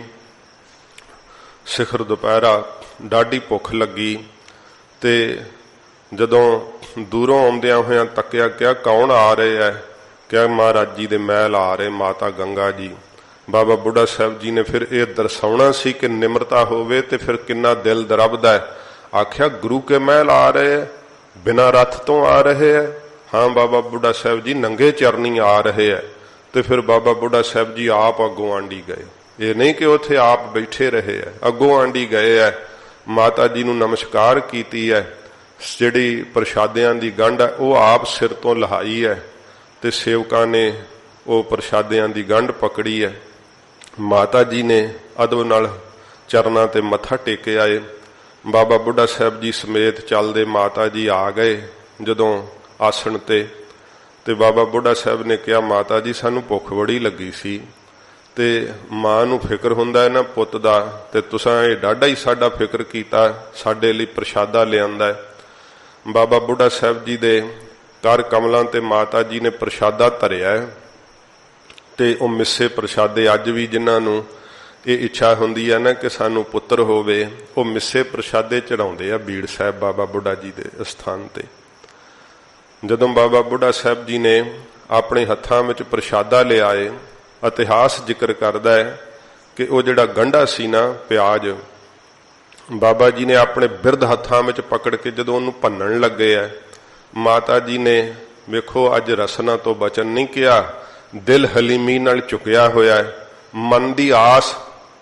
ਬ੍ਰਹਮ ਗਿਆਨੀ ਬਾਬਾ ਬੁੱਢਾ ਸਾਹਿਬ ਜਾਣਦੇ ਆ ਕਿ ਮਾਤਾ ਜੀ ਕੀ ਆਸ ਲੈ ਕੇ ਆਏ ਸੀ ਕੱਲ, ਤੇ ਕਿਹੋ ਜੀ ਤੀਬਰਤਾ ਨਾਲ ਸਾਡੇ ਕੋਲ ਆਸਾ ਲੈ ਕੇ ਬੈਠੇ ਆ। ਤੇ ਜਦ ਸਮੇਂ ਬਾਬਾ ਬੁੱਢਾ ਸਾਹਿਬ ਜੀ ਨੇ ਆਪਣੇ ਦੋਹਾਂ ਬਿਰਧ ਹੱਥਾਂ ਦੇ ਵਿੱਚ ਉਸ ਗੰਢੇ ਨੂੰ ਦਬਾਇਆ ਨਾ, ਉਸੇ ਸਮੇਂ ਆਕਾਸ਼ ਵਿੱਚ ਬੱਦਲ ਚੜ੍ਹ ਆਏ, ਬੱਦਲਾਂ ਦੀ ਗੜਗੜਾਹਟ ਹੋਈ, ਬਿਜਲੀ ਲਿਸ਼ਕੀ, ਸਾਫ਼ ਆਸਮਾਨ ਦੇ ਅੰਦਰ ਇੱਕਦਮ ਬੱਦਲਾਂ ਦਾ ਛਾ ਜਾਣਾ, ਬਿਜਲੀ ਦਾ ਚਮਕਣਾ, ਤੇ ਫਿਰ ਉਹ ਗੰਢੇ ਦੇ ਵਿੱਚੋਂ ਨਿੱਕੀ ਜੀ ਤੁਰੀ ਨਿਕਲ ਕੇ ਉਹ ਦੂਰ ਜਾ ਡਿੱਗੀ ਪ੍ਰੈਸ਼ਰ ਦੇ ਨਾਲ। ਜਦੋਂ ਉਹਨੂੰ ਕੁੱਟਿਆ ਤੇ ਫਿਰ ਬਾਬਾ ਜੀ ਦੀ ਰਸਨਾ ਖੁੱਲੀ ਵਰਦਾਨ ਦੇਣ ਵਾਸਤੇ। ਆਖਿਆ ਮਾਤਾ ਜੀ ਆਪ ਜੀ ਦੀ ਕੁੱਖ ਤੋਂ ਐਸਾ ਸੂਰਬੀਰ ਮਹਾਬਲੀ ਯੋਧਾ ਅਵਤਾਰ ਧਾਰੇਗਾ, ਜਿਵੇਂ ਇਸ ਗੰਢੇ ਦੀ ਤੁਰੀ ਉਹ ਨਿਕਲ ਕੇ ਗਈ ਐਵੇਂ ਜ਼ਾਲਮਾਂ ਦੇ ਸਿਰ ਵੱਢ ਕੇ ਸਿੱਟ ਦੇਵੇਗਾ। ਉਹਦੀ ਇਹੋ ਜੀ ਗਰਜਣਾ ਹੋਵੇਗੀ ਜਿਵੇਂ ਆਕਾਸ਼ ਵਿੱਚ ਬੱਦਲ ਗਰਜਿਆ ਹੈ। ਉਸ ਦੇ ਮੁਖ ਮੰਡਲ ਦਾ ਪ੍ਰਤਾਪ ਇਹੋ ਜਿਹਾ ਹੋਵੇਗਾ ਜਿਵੇਂ ਚਮਕਦੀ ਬਿਜਲੀ, ਲਿਸ਼ਕਦੀ ਬਿਜਲੀ ਵੱਲ ਤੱਕਿਆ ਨਹੀਂ ਜਾਂਦਾ, ਐਵੇਂ ਉਹਨਾਂ ਦੇ ਮਸਤਕ ਵੱਲ ਕੋਈ ਜਰਵਾਣਾ ਝਾਕ ਨਹੀਂ ਸਕੇਗਾ। ਇਹ ਬਾਬਾ ਬੁੱਢਾ ਸਾਹਿਬ ਨੇ ਵਰਦਾਨ ਦੇ ਬਚਨ ਕਹੇ। ਮਾਤਾ ਜੀ ਦਾ ਦਿਲ ਸ਼ਰਧਾ ਪਿਆਰ ਨਾਲ ਝੁਕ ਗਿਆ, ਝੋਲੀ ਭਰ ਗਈ ਵਰਦਾਨ ਦੇ ਬਚਨਾਂ ਨਾਲ, ਮਨ ਗਦ-ਗਦ ਹੋ ਗਿਆ। ਜਦੋਂ ਸਤਿਗੁਰੂ ਜੀ ਨੂੰ ਆ ਕਰਕੇ ਦੱਸਿਆ ਕਿ ਹਾਂ ਮਹਾਰਾਜ, ਜੋ ਕੁਝ ਅਸੀਂ ਮਨ ਦੇ ਅੰਦਰ ਸੰਕਲਪ ਵੀ ਨਹੀਂ ਸੀ ਕੀਤਾ, ਉਹੋ ਜੇ ਵਰਦਾਨ ਬਾਬਾ ਬੁੱਢਾ ਸਾਹਿਬ ਨੇ ਸਾਨੂੰ ਬਖਸ਼ ਦਿੱਤੇ ਹੈ। ਆਖਿਆ ਹੈ ਕਿ ਗੁਰੂ ਨਾਨਕ ਸਾਹਿਬ ਜੀ ਦੀ ਗੱਦੀ ਦੇ ਮਾਲਕ ਦਾ ਅਵਤਾਰ ਤੁਹਾਡੇ ਕੁੱਖ ਤੋਂ ਹੋਵੇਗਾ। ਇਹ ਵਰਦਾਨ ਲੈ ਕਰਕੇ ਮਾਤਾ ਜੀ ਬਹੁਤ ਚਿੱਤ ਪ੍ਰਸੰਨ ਹੋਇਆ। ਤੇ ਸਾਧ ਸੰਗਤ ਜੀ, ਉਹ ਭਾਜਣਾ ਵਾਲਾ ਵਾਕ ਵੀ ਸਤਿਗੁਰਾਂ ਪੂਰਾ ਕੀਤਾ। ਜਦੋਂ ਪਿਰਥੀ ਚੰਦ ਫਿਰ ਸੁਲਹੀ ਖਾਨ ਨੂੰ ਚੜਾ ਲਿਆਇਆ, ਮਹਾਰਾਜ ਜੀ ਨੇ ਅੰਮ੍ਰਿਤਸਰ ਸਾਹਿਬ ਛੱਡਣਾ, ਵਡਾਲੀ ਨਗਰ ਵਿੱਚ ਸਤਿਗੁਰਾਂ ਜੀ ਨੇ ਆ ਕੇ ਵਾਸ ਕਰਨਾ। ਇੱਥੇ ਫਿਰ ਗੁਰੂ ਹਰਗੋਬਿੰਦ ਸਾਹਿਬ ਸੱਚੇ ਪਾਤਸ਼ਾਹ ਜੀ ਮਹਾਰਾਜ ਜੀ ਨੇ ਅਵਤਾਰ ਧਾਰਨਾ। ਉਹ ਅੱਜ ਦਾ ਦਿਨ ਹੈ ਜੋ ਮਾਤਾ ਗੰਗਾ ਜੀ ਦੀ ਕੁੱਖ ਤੋਂ ਸੱਚੇ ਪਾਤਸ਼ਾਹ ਜੀ ਮਹਾਰਾਜ ਨੇ ਅਵਤਾਰ ਧਾਰਨ ਕੀਤਾ। ਸਾਧ ਸੰਗਤ ਜੀ, ਮਹਾਰਾਜ ਜੀ ਦੇ ਅਵਤਾਰ ਗੁਰਪੁਰਬ ਦੀਆਂ ਆਪ ਸੰਗਤਾਂ ਨੂੰ ਬਹੁਤ ਬਹੁਤ ਸਵਾਸ ਵਧਾਈਆਂ ਹੋਣ। ਸੱਚੇ ਪਾਤਸ਼ਾਹ ਜੀ ਦਾ ਬਚਪਨ ਸ਼ਰੀਕੇ ਨੇ ਬਹੁਤ ਈਰਖਾ ਕੀਤੀ। ਪਿਰਥੀ ਚੰਦ ਨੇ ਮਹਾਰਾਜ ਜੀ ਨੂੰ ਮਾਰਨ ਵਾਸਤੇ ਦਾਈ ਨੂੰ ਪ੍ਰੇਰਿਆ, ਅਸਥਰਾਂ ਨੂੰ ਜ਼ਹਿਰ ਲਾ ਕੇ ਮਹਾਰਾਜ ਨੂੰ ਮਾਰਨ ਦਾ ਯਤਨ ਕੀਤਾ। ਦਾਈ ਦੀ ਹੀ ਸਦਗਤੀ ਸਤਿਗੁਰਾਂ ਕਰ ਦਿੱਤੀ। ਸਪੇਰੇ ਤੋਂ ਸੱਪ ਛਡਾ ਕੇ ਮਹਾਰਾਜ ਨੂੰ ਮਾਰਨ ਦਾ ਯਤਨ ਕੀਤਾ। ਹਜੂਰ ਨੇ ਸੱਪ ਹੱਥ ਵਿੱਚ ਫੜ ਕਰਕੇ ਜਿਹੜਾ ਸੀ ਧਰਤੀ ਤੇ ਘਸਾ ਕੇ ਹੀ ਮਾਰ ਦਿੱਤਾ। ਜਿਹੜਾ ਬ੍ਰਾਹਮਣ ਸੀ ਖਡਾਵਾ, ਉਹਨੂੰ 500 ਰੁਪਈਆ ਦੇ ਕਰਕੇ ਮਹਾਰਾਜ ਜੀ ਨੂੰ ਦਹੀਂ ਦੇ ਵਿੱਚ ਜ਼ਹਿਰ ਪਾ ਕੇ ਖਵਾ ਕੇ ਮਾਰਨ ਦਾ ਯਤਨ ਕੀਤਾ। ਬ੍ਰਾਹਮਣ ਦਾ ਪਾਜ ਉਗੜ ਗਿਆ। ਸੱਚੇ ਪਾਤਸ਼ਾਹ ਜੀ ਮਹਾਰਾਜ ਨੇ ਉਸ ਬ੍ਰਾਹਮਣ ਦੇ ਪ੍ਰਥਾਏ ਫਿਰ ਸ਼ਬਦ ਉਚਾਰਨ ਕੀਤਾ ਸੀ ਕਿ ਦੁਸ਼ਟ ਬ੍ਰਾਹਮਣ ਮੂਆ ਹੋਏ ਕਾ ਸੂਲ ਉੱਠਣ ਨਾਲ ਮਰਿਆ ਸੀ। ਗੁਰੂ ਹਰਗੋਬਿੰਦ ਸਾਹਿਬ ਸੱਚੇ ਪਾਤਸ਼ਾਹ ਜੀ ਮਹਾਰਾਜ ਬਚਪਨ ਵਿੱਚ ਸਤਿਗੁਰਾਂ ਦੇ ਸੀਤਲਾ ਨਿਕਲਣੀ, ਫਿਰ ਸਤਿਗੁਰਾਂ ਜੀ ਨੇ ਵਾਹਿਗੁਰੂ ਜੀ ਦੇ ਅੱਗੇ ਅਰਦਾਸ ਕਰਨੀ। ਇਹ ਸ਼ਬਦ ਸਤਿਗੁਰਾਂ ਜੀ ਦੀ ਬਾਣੀ ਦੇ ਅੰਦਰ ਦਰਜ ਨੇ। ਠਾਂਡ ਪਾਈ ਕਰਤਾਰੇ, ਇਉਂ ਤਾਪ ਛੋੜ ਗਿਆ ਪਰਵਾਰੇ। ਇਹ ਜਦੋਂ ਮਹਾਰਾਜ ਜੀ ਨੇ ਫਿਰ ਸੀਤਲਾ ਦਾ ਰੋਗ ਠੀਕ ਹੋਇਆ, ਗੁਰੂ ਅਰਜਨ ਸਾਹਿਬ ਨੇ ਸ਼ੁਕਰਾਨੇ ਵਿੱਚੋਂ ਸ਼ਬਦ ਸਤਿਗੁਰਾਂ ਜੀ ਨੇ ਉਚਾਰਨ ਕੀਤੇ। ਆਪ ਜੀ ਦੀ 11 ਸਾਲ ਦੀ ਆਯੂ ਸੀ ਜਦੋਂ ਆਪ ਜੀ ਗੁਰੂ ਨਾਨਕ ਸਾਹਿਬ ਜੀ ਦੇ ਸਿੰਘਾਸਨ ਦੇ ਉੱਪਰ ਵਿਰਾਜਮਾਨ ਹੋਏ। ਇਹ ਉਹ ਸਿੰਘਾਸਨ ਹੈ ਜਿਹਦੀ ਬਾਬਤ ਭੱਟਾਂ ਨੇ ਕਿਹਾ ਕਿ ਗੁਰੂ ਰਾਮਦਾਸ ਸਾਹਿਬ ਜਦੋਂ ਜੋਤੀ ਜੋਤ ਸਮਾਏ ਹੈ ਤੇ ਛਤਰ ਸਿੰਘਾਸਨ ਪ੍ਰਥਮੀ ਗੁਰ ਅਰਜਨ ਕਉ ਦੇ ਆਇਓ। ਉਹ ਗੁਰੂ ਅਰਜਨ ਸਾਹਿਬ ਜੀ ਮਹਾਰਾਜ ਨੇ ਗੁਰੂ ਨਾਨਕ ਸਾਹਿਬ ਜੀ ਦਾ ਸਿੰਘਾਸਨ ਜਿਹੜਾ ਸੀਗਾ, ਹਜੂਰ ਨੇ ਸ਼ਹੀਦ ਹੋਣ ਤੋਂ ਪਹਿਲਾਂ ਗੁਰੂ ਹਰਗੋਬਿੰਦ ਸਾਹਿਬ ਸੱਚੇ ਪਾਤਸ਼ਾਹ ਜੀ ਮਹਾਰਾਜ ਨੂੰ ਬਖਸ਼ਿਸ਼ ਕੀਤਾ। ਤੇ ਸਤਿਗੁਰਾਂ ਜੀ ਨੇ ਗੁਰੂ ਤਖਤ ਦੇ ਉੱਤੇ ਵਿਰਾਜਮਾਨ ਹੋ ਕੇ ਗੁਰਿਆਈ ਤਖਤ ਦੇ ਉੱਪਰ ਸਤਿਗੁਰਾਂ ਜੀ ਨੇ ਕਿਹੋ ਜਿਹੇ ਵੀਰਤਾ ਦੇ ਬਚਨ ਕੀਤੇ, ਕਿਹੋ ਜਿਹਾ ਸਿੱਖਾਂ ਨੂੰ ਮਹਾਰਾਜ ਸਾਹਿਬ ਜੀ ਨੇ ਉਹਨਾਂ ਦਾ ਸਹਿਮ ਦੂਰ ਕਰਨ ਲਈ ਹੁਕਮਨਾਮੇ ਜਾਰੀ ਕੀਤੇ ਕਿ ਘੋੜੇ ਤੇ ਸ਼ਸਤਰਾਂ ਦੀ ਭੇਟਾ ਮਹਾਰਾਜ ਸਾਹਿਬ ਜੀ ਨੇ ਮੰਗੀ, ਸਿੱਖਾਂ ਤੋਂ ਜਵਾਨੀਆਂ ਦੀ ਭੇਟਾ ਮੰਗੀ ਸੱਚੇ ਪਾਤਸ਼ਾਹ ਜੀ ਨੇ। ਤੇ ਫਿਰ ਇਹੋ ਜਿਹੀ ਜਵਾਨਾਂ ਦੀ ਫੌਜ ਗੁਰੂ ਹਰਗੋਬਿੰਦ ਸਾਹਿਬ ਦੀ ਤਾਬਿਆ ਇਕੱਠੀ ਹੋਈ। ਵੇਖ ਵੇਖ ਕੇ ਸਾਧ ਸੰਗਤ ਜੀ ਦਿੱਲੀ ਤਖਤ ਕੰਬਣ ਲੱਗ ਪਿਆ। ਮਹਾਰਾਜ ਨੇ ਫਿਰ ਸ਼੍ਰੀ ਅਕਾਲ ਤਖਤ ਸਾਹਿਬ ਦੀ ਸਿਰਜਣਾ ਕਰਨੀ ਤੇ ਸ਼੍ਰੀ ਅਕਾਲ ਤਖਤ ਸਾਹਿਬ ਤੇ ਹਜੂਰ ਜਿੱਥੇ ਅੱਜ ਸ਼ਸਤਰ ਸੁਭਾਏਮਾਨ ਹੁੰਦੇ ਆ ਮਹਾਰਾਜ ਜੀ ਦੇ ਗਾਤਰੇ ਤੇ, ਉਸ ਚਬੂਤਰੇ ਵਿੱਚ ਸਤਿਗੁਰੂ ਜੀ ਵੀਰ ਆਸਣ ਲਾ ਕੇ ਬੈਠਿਆ ਕਰਦੇ। ਮਹਾਰਾਜ ਦੇ ਹਜੂਰ ਢਾਡੀ ਵਾਰਾਂ ਦਾ ਗਾਇਨ ਹੁੰਦਾ। ਮਹਾਰਾਜ ਨੇ ਕਾਇਰਤਾ ਨੂੰ ਨਾਸ਼ ਕਰ ਦਿੱਤਾ। ਇਹ ਸਤਿਗੁਰਾਂ ਜੀ ਦੀ ਸਿੱਖਿਆ ਪਾ ਪਾ ਕਰਕੇ ਪੰਜਾਬ ਦੀ ਨੌਜਵਾਨੀ ਇੰਨਾ ਜ਼ਿਆਦਾ ਸਾਧ ਸੰਗਤ ਜੀ ਅੰਗੜਾਈਆਂ ਲੈਣ ਲੱਗੀ ਕਿ ਜ਼ਾਲਮ ਦੇ ਨਾਲ ਭਿੜ ਜਾਣ ਦੀ ਤਾਕਤ ਪ੍ਰਾਪਤ ਹੋਈ। ਧੰਨ ਗੁਰੂ ਹਰਗੋਬਿੰਦ ਸਾਹਿਬ ਸੱਚੇ ਪਾਤਸ਼ਾਹ ਜੀ ਮਹਾਰਾਜ ਨੇ ਸਿੱਖਿਆਵਾਂ ਸਿਖਾਈਆਂ ਕਿ ਜਿੱਲਤ ਦੀ ਜ਼ਿੰਦਗੀ ਜੀਣ ਨਾਲੋਂ ਅਣਖ ਤੇ ਗੈਰਤ ਦੀ ਇੱਕ ਦਿਨ ਦੀ ਜ਼ਿੰਦਗੀ ਹੀ ਬੜੀ ਧਨ ਹੈ। ਇਹ ਸਤਿਗੁਰਾਂ ਜੀ ਦੀਆਂ ਐਸੀਆਂ ਮਹਾਨ ਸਿੱਖਿਆਵਾਂ ਕਿ ਮਾਲਾ ਫੇਰਨ ਵਾਲੇ ਹੱਥ ਸ੍ਰੀ ਸਾਹਿਬਾਂ ਦੇ ਕਬਜ਼ਿਆਂ ਤੇ ਚਲੇ ਗਏ। ਆਪ ਹਜੂਰ ਨੇ 2 ਸ੍ਰੀ ਸਾਹਿਬਾਂ ਧਾਰਨ ਕੀਤੀਆਂ। ਫਿਰ ਉੱਥੇ ਨਿਸ਼ਾਨ ਸਾਹਿਬ ਕਾਇਮ ਨੇ ਮੀਰੀ ਤੇ ਪੀਰੀ ਦਾ। ਸਾਧ ਸੰਗਤ ਜੀ ਜਿਹੜਾ ਪੀਰੀ ਦਾ ਫਕੀਰੀ ਦਾ ਨਿਸ਼ਾਨ ਸਾਹਿਬ ਆ ਉੱਚਾ ਹੈ, ਮੀਰੀ ਦਾ ਮਹਾਰਾਜ ਛੋਟਾ ਰੱਖਿਆ ਹੈ ਕਿ ਧਰਮ ਦੀ ਪਕੜ ਸਦਾ ਰਾਜਨੀਤੀ ਤੇ ਰਹਿਣੀ ਚਾਹੀਦੀ ਹੈ। ਅਫਸੋਸ ਕਿ ਅੱਜ ਰਾਜਨੀਤਿਕ ਆਪਦਾ ਹੀ ਨਿਸ਼ਾਨ ਉੱਚਾ ਕਰੀ ਫਿਰਦੇ ਆ। ਇਹ ਸਤਿਗੁਰਾਂ ਨੇ ਸਿੱਖਿਆਵਾਂ ਸਿਖਾਈਆਂ ਨੇ ਤੇ ਸਾਡੇ ਪੁਰਖਿਆਂ ਦਾ ਇਤਿਹਾਸ ਹੈ ਕਿ ਮੀਰੀ ਨੇ, ਵਾਹਿਗੁਰੂ ਪੀਰੀ ਨੇ ਮੀਰੀ ਨੂੰ ਉੱਥੇ ਜੇ ਕੋਈ ਗਲਤੀ ਕੀਤੀ ਸੀ ਰਾਜਨੀਤੀ ਨੇ ਤੇ ਫਿਰ ਸ਼ੇਰੇ ਪੰਜਾਬ ਨੂੰ ਬੰਨ ਲਿਆ ਸੀਗਾ ਅਕਾਲੀ ਬਾਬਾ ਫੂਲਾ ਸਿੰਘ ਸਾਹਿਬ ਨੇ, ਜੋ ਸ਼੍ਰੀ ਅਕਾਲ ਤਖਤ ਸਾਹਿਬ ਦੇ ਜਥੇਦਾਰ ਸਨ। ਜਿਹੜੇ ਸਾਧ ਸੰਗਤ ਜੀ ਪੀਰੀ ਤੇ ਮੀਰੀ ਦਾ ਦੋਨੋਂ ਦਾ ਪ੍ਰਤੀਕ ਮਹਾਰਾਜ ਨੇ ਤਖਤ ਸਾਜਿਆ ਤੇ ਸਦਾ ਹੀ ਇਹ ਤਖਤ ਅਕਾਲ ਦਾ ਹੈ ਤੇ ਜਿਹੜਾ ਰੱਬ ਦਾ ਹੀ ਤਖਤ ਵੈ ਉਹ ਫਿਰ ਹਕੂਮਤਾਂ ਵਾਲੇ ਤਖਤਾਂ ਦੇ ਮਾਲਕ ਜਿਹੜੇ ਆ ਉਹ ਸਦਾ ਮਹਾਰਾਜ ਦੇ ਤਖਤ ਨੂੰ ਚੁਣੌਤੀ ਦਿੰਦੇ ਆਏ ਆ। ਸੱਚੇ ਪਾਤਸ਼ਾਹ ਜੀ ਮਹਾਰਾਜ ਦੀ ਜਿਹੜੇ ਸਾਧ ਸੰਗਤ ਜੀ ਦਿੱਲੀ ਦੇ ਅੰਦਰ ਮਹਾਰਾਜ ਜੀ ਨੂੰ ਬੁਲਾਵਾ ਜਹਾਂਗੀਰ ਦਾ ਆਉਣਾ, ਉਹ ਮੈਂ ਕੇਵਲ ਟੂਕ ਮਾਤਰ ਹੀ ਸੰਖੇਪ ਮਾਤਰ ਦੱਸਦਾ ਜਾਵਾਂਗਾ। ਫਿਰ ਸੱਚੇ ਪਾਤਸ਼ਾਹ ਜੀ ਮਹਾਰਾਜ ਦਾ ਦਿੱਲੀ ਜਾਣਾ, ਗਰੀਬ ਨਵਾਜ ਨੂੰ ਇਸ ਕਰਕੇ ਦਿੱਲੀ ਬੁਲਾਇਆ ਸੀ ਕਿ ਇੱਥੇ ਮਹਾਰਾਜ ਦੀ ਲੋਹਾਈ ਕਰਾਵਾਂਗਾ ਤੇ ਗੁਰੂ ਸਾਹਿਬ ਦਾ ਨਰਾਦਰ ਕਰਾਵਾਂਗਾ। ਪਰ ਜਦੋਂ ਸਤਿਗੁਰੂ ਜੀ ਜਹਾਂਗੀਰ ਨੂੰ ਮਿਲਣ ਵਾਸਤੇ ਮਜਨੂ ਟਿੱਲੇ ਤੋਂ ਗੁਰੂ ਹਰਗੋਬਿੰਦ ਸਾਹਿਬ ਜੀ ਘੋੜੇ ਤੇ ਚੜੇ ਨਾ, ਨਾਲ ਸਿੱਖਾਂ ਦੀ ਫੌਜ ਚੜੀ ਤੇ ਦਿੱਲੀ ਦਾ ਆਵਾਮ ਅਟਾਰੀਆਂ ਤੇ ਚੜ ਚੜ ਕੇ ਵੇਖਣ ਲੱਗਾ ਕਿ ਐਡੀ ਸੋਭਾ ਤੇ ਜਹਾਂਗੀਰ ਬਾਦਸ਼ਾਹ ਦੀ ਨਹੀਂ ਹੈ। ਸੱਚੇ ਪਾਤਸ਼ਾਹ ਜੀ ਮਹਾਰਾਜ ਦੇ ਸੀਸ ਤੇ ਝੂਲਦੀ ਹੋਈ ਕਲਗੀ, ਦਾਗਦਾ ਹੋਇਆ ਮਸਤਕ ਤੇ ਪ੍ਰਤਾਪ। ਪੁੱਛਦੇ ਆ ਲੋਕ ਇਹ ਕਿਹੜੇ ਦੇਸ਼ ਦੇ ਸ਼ਹਿਨਸ਼ਾਹ ਹਨ। ਸਿੱਖ ਬੜੇ ਮਾਣ ਨਾਲ ਦਿੱਲੀ ਦੇ ਸਿੱਖ ਛਾਤੀ ਤੇ ਹੱਥ ਰੱਖ ਕੇ ਕਹਿੰਦੇ ਆ ਇਹ ਗੁਰੂ ਨਾਨਕ ਸਾਹਿਬ ਦਾ ਸੇਵਾ ਸਰੂਪ ਹਨ। ਧੰਨ ਗੁਰੂ ਹਰਗੋਬਿੰਦ ਸਾਹਿਬ ਸੱਚੇ ਪਾਤਸ਼ਾਹ ਜੀ ਮਹਾਰਾਜ ਜਾ ਰਹੇ ਹੈ। ਜਹਾਂਗੀਰ ਨੇ ਸਿਜਦੇ ਕਰਨੇ, ਸੱਚੇ ਪਾਤਸ਼ਾਹ ਦਾ ਪ੍ਰਤਾਪ ਹੋਰ ਵਧਣਾ। ਜਿਹੜੇ ਵਿਰੋਧੀ ਸੀ, ਜਿਹੜੇ ਗੁਰੂ ਘਰ ਦੇ ਨਾਲ ਵੈਰ ਕਰਦੇ ਸੀ, ਉਹਨਾਂ ਦੇ ਦਿਲ ਸੜਨੇ। ਸਤਿਗੁਰਾਂ ਜੀ ਨੂੰ ਜਿਹੜੀ ਸੀ ਛੜਯੰਤਰ ਰਚ ਕੇ ਗਵਾਲੀਅਰ ਦੇ ਅੰਦਰ ਕੈਦ ਕਰਾਉਣਾ। ਸਤਿਗੁਰਾਂ ਜੀ ਨੇ 52 ਰਾਜਿਆਂ ਨੂੰ ਵੀ ਸਮੇਤ ਜਿਹੜਾ ਸੀ ਬਾਹਰ ਨਿਕਲਣਾ, ਬੰਦੀ ਛੋੜ ਸਤਿਗੁਰਾਂ ਦਾ ਨਾਮ ਪਿਆ। ਸਾਰੇ ਭਾਰਤ ਵਰਸ਼ ਦੇ ਅੰਦਰ ਹੀ ਮਹਾਰਾਜ ਦੀ ਜੈ ਜੈਕਾਰ ਹੋ ਗਈ। ਚੰਦੂ ਨੂੰ ਸਤਿਗੁਰਾਂ ਜੀ ਨੇ ਮੌਤ ਦੇ ਘਾਟ ਲਾਹੌਰ ਲਿਆ ਕਰਕੇ ਉਤਾਰਿਆ। ਗੁਰੂ ਹਰਗੋਬਿੰਦ ਸਾਹਿਬ ਸੱਚੇ ਪਾਤਸ਼ਾਹ ਜੀ ਮਹਾਰਾਜ ਐਡਾ ਪ੍ਰਤਾਪ ਭਾਰਤ ਵਰਸ਼ ਦੇ ਅੰਦਰ ਛਾਇਆ ਕਿ ਸਾਧ ਸੰਗਤ ਜੀ ਕਾਇਆ ਹੀ ਕਲਪ ਕਰ ਦਿੱਤੀ ਮਹਾਰਾਜ ਜੀ ਨੇ। ਸ਼ਾਹਜਹਾਂ ਬਾਦਸ਼ਾਹ ਬਣਿਆ ਜਹਾਂਗੀਰ ਦੇ ਮਰਨ ਤੋਂ ਬਾਅਦ। ਇਹਨੇ ਸਿੱਖਾਂ ਵੱਲ ਆਪਣੀ ਕੈੜੀ ਨਗਾ ਕਰ ਲਈ। ਮਹਾਰਾਜ ਦਾ ਘੋੜਾ ਸਿੱਖ ਜਿਹੜਾ ਲੈ ਕੇ ਆ ਰਹੇ ਸੀ 2, ਇਹਨੇ ਬੜੀ ਜ਼ਬਰਦਸਤੀ ਖੋਹ ਲਏ। ਸਤਿਗੁਰਾਂ ਜੀ ਨੇ ਫਿਰ ਉੱਡਦਾ ਬਾਜ ਪਕੜ ਲਿਆ।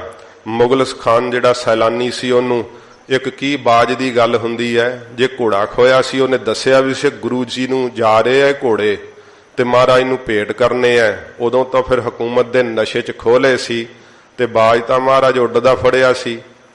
ਏਡੇ ਹਕੂਮਤ ਦੇ ਨਸ਼ੇ ਵਿੱਚ ਚੂਰ ਇਹਨ ਮਹਾਰਾਜ ਸੱਚੇ ਪਾਤਸ਼ਾਹ ਜੀ ਨੂੰ ਪੱਤਰ ਲਿਖ ਦਿੱਤਾ ਸੀਗਾ ਕਿ ਮੇਰਾ ਬਾਜ ਜਿਹੜਾ ਹੈ ਉਹ ਵਾਪਸ ਦੇ ਦਿਓ। ਸਤਿਗੁਰਾਂ ਜੀ ਨੇ ਲਿਖਿਆ ਸੀ, ਉਹ ਸ਼ਾਹਜਹਾਂ ਇਸ ਕਾਇਨਾਤ ਦੇ ਅੰਦਰ ਤੂੰ ਮੱਛਰ ਦੀ ਤਰ੍ਹਾਂ ਹੈ। ਜੇ ਗੁਰੂ ਘਰ ਵੱਲ ਨੂੰ ਕੈੜੀ ਨਿਗਾਹ ਕਰਕੇ ਆਵੇਂਗਾ ਤੇ ਮਸਲ ਕੇ ਸਿੱਟ ਦੇਾਂਗੇ। ਇਹ ਸਤਿਗੁਰਾਂ ਜੀ ਦੇ ਕਹੇ ਹੋਏ ਵਾਕ ਇਤਿਹਾਸ ਵਿੱਚ ਅੰਕਿਤ ਨੇ। ਮੁਗਲਸ ਖਾਨ ਸੈਲਾਨੀ 7,500 ਸੈਨਾ ਲੈ ਕੇ ਹਮਲਾਵਰ ਹੋਇਆ। ਘਰ ਵਿੱਚ ਵਿਆਹ ਧਰਿਆ ਹੋਇਆ ਸੀ ਬੀਬੀ ਵੀਰੋ ਜੀ ਦਾ। ਸੱਚੇ ਪਾਤਸ਼ਾਹ ਨੇ ਖਾਲਸਾ ਕਾਲਜ ਜਿੱਥੇ ਅੱਜ ਬਣਿਆ ਹੋਇਆ ਹੈ, ਇੱਥੇ ਹਜੂਰ ਨੇ ਯੁੱਧ ਕਰਕੇ 7,000 ਤੇ 400 ਜਿੰਨੀ ਸੈਨਾ ਸੀ ਇਹ ਮਾਰਤੀ, ਕੇਵਲ 100 ਬਚਿਆ ਸੀਗਾ ਮੁਗਲਸ ਖਾਨ ਦੇ ਸਮੇਤ। ਸੱਚੇ ਪਾਤਸ਼ਾਹ ਜੀ ਮਹਾਰਾਜ ਨੇ ਇਹੋ ਜੀ ਵੀਰਤਾ ਨਾਲ ਯੁੱਧ ਕੀਤਾ ਸੀਗਾ। ਝਬਾਲ ਪਹੁੰਚ ਕੇ ਸ਼ਾਮ ਵਕਤ ਬੀਬੀ ਵੀਰੋ ਜੀ ਦਾ ਵਿਆਹ ਕਾਰਜ ਸੱਚੇ ਪਾਤਸ਼ਾਹ ਜੀ ਮਹਾਰਾਜ ਨੇ ਕੀਤਾ। ਹਜੂਰ ਦੇ ਤਿੰਨ ਮਹਿਲ ਨੇ ਸਾਧ ਸੰਗਤ ਜੀ। ਵੱਡੇ ਮਾਤਾ ਦਮੋਦਰੀ ਜੀ, ਮਾਤਾ ਮਰਵਾਹੀ ਜੀ ਅਤੇ ਮਾਤਾ ਨਾਨਕੀ ਜੀ, ਪੰਜ ਸਾਹਿਬਜ਼ਾਦਿਆਂ ਨੇ ਸਤਿਗੁਰਾਂ ਜੀ ਦੇ ਘਰ ਅਵਤਾਰ ਧਾਰਿਆ ਸੀ। ਮਾਤਾ ਦਮੋਦਰੀ ਜੀ ਦੀ ਕੁੱਖ ਤੋਂ ਬਾਬਾ ਗੁਰਦਿੱਤਾ ਜੀ ਦਾ ਸਾਧ ਸੰਗਤ ਜੀ ਜਨਮ ਹੋਇਆ ਸੀ ਤੇ ਬੀਬੀ ਵੀਰੋ ਜੀ ਦਾ ਜਨਮ ਹੋਇਆ। ਫਿਰ ਮਾਤਾ ਮਰਵਾਹੀ ਜੀ ਦੀ ਕੁੱਖ ਤੋਂ ਬਾਬਾ ਅਣੀ ਰਾਏ ਜੀ, ਬਾਬਾ ਅਟਲ ਰਾਏ ਜੀ, ਬਾਬਾ ਸੂਰਜਮਲ ਜੀ ਅਤੇ ਧੰਨ ਗੁਰੂ ਤੇਗ ਬਹਾਦਰ ਸੱਚੇ ਪਾਤਸ਼ਾਹ ਦਾ ਅਵਤਾਰ ਸਤਿਕਾਰਯੋਗ ਮਾਤਾ ਨਾਨਕੀ ਜੀ ਦੇ ਉਦਰ ਤੋਂ ਹੋਇਆ ਸੀ। ਇਹ ਸੱਚੇ ਪਾਤਸ਼ਾਹ ਜੀ ਮਹਾਰਾਜ ਦੀ ਸੰਤਾਨ ਹੋਈ।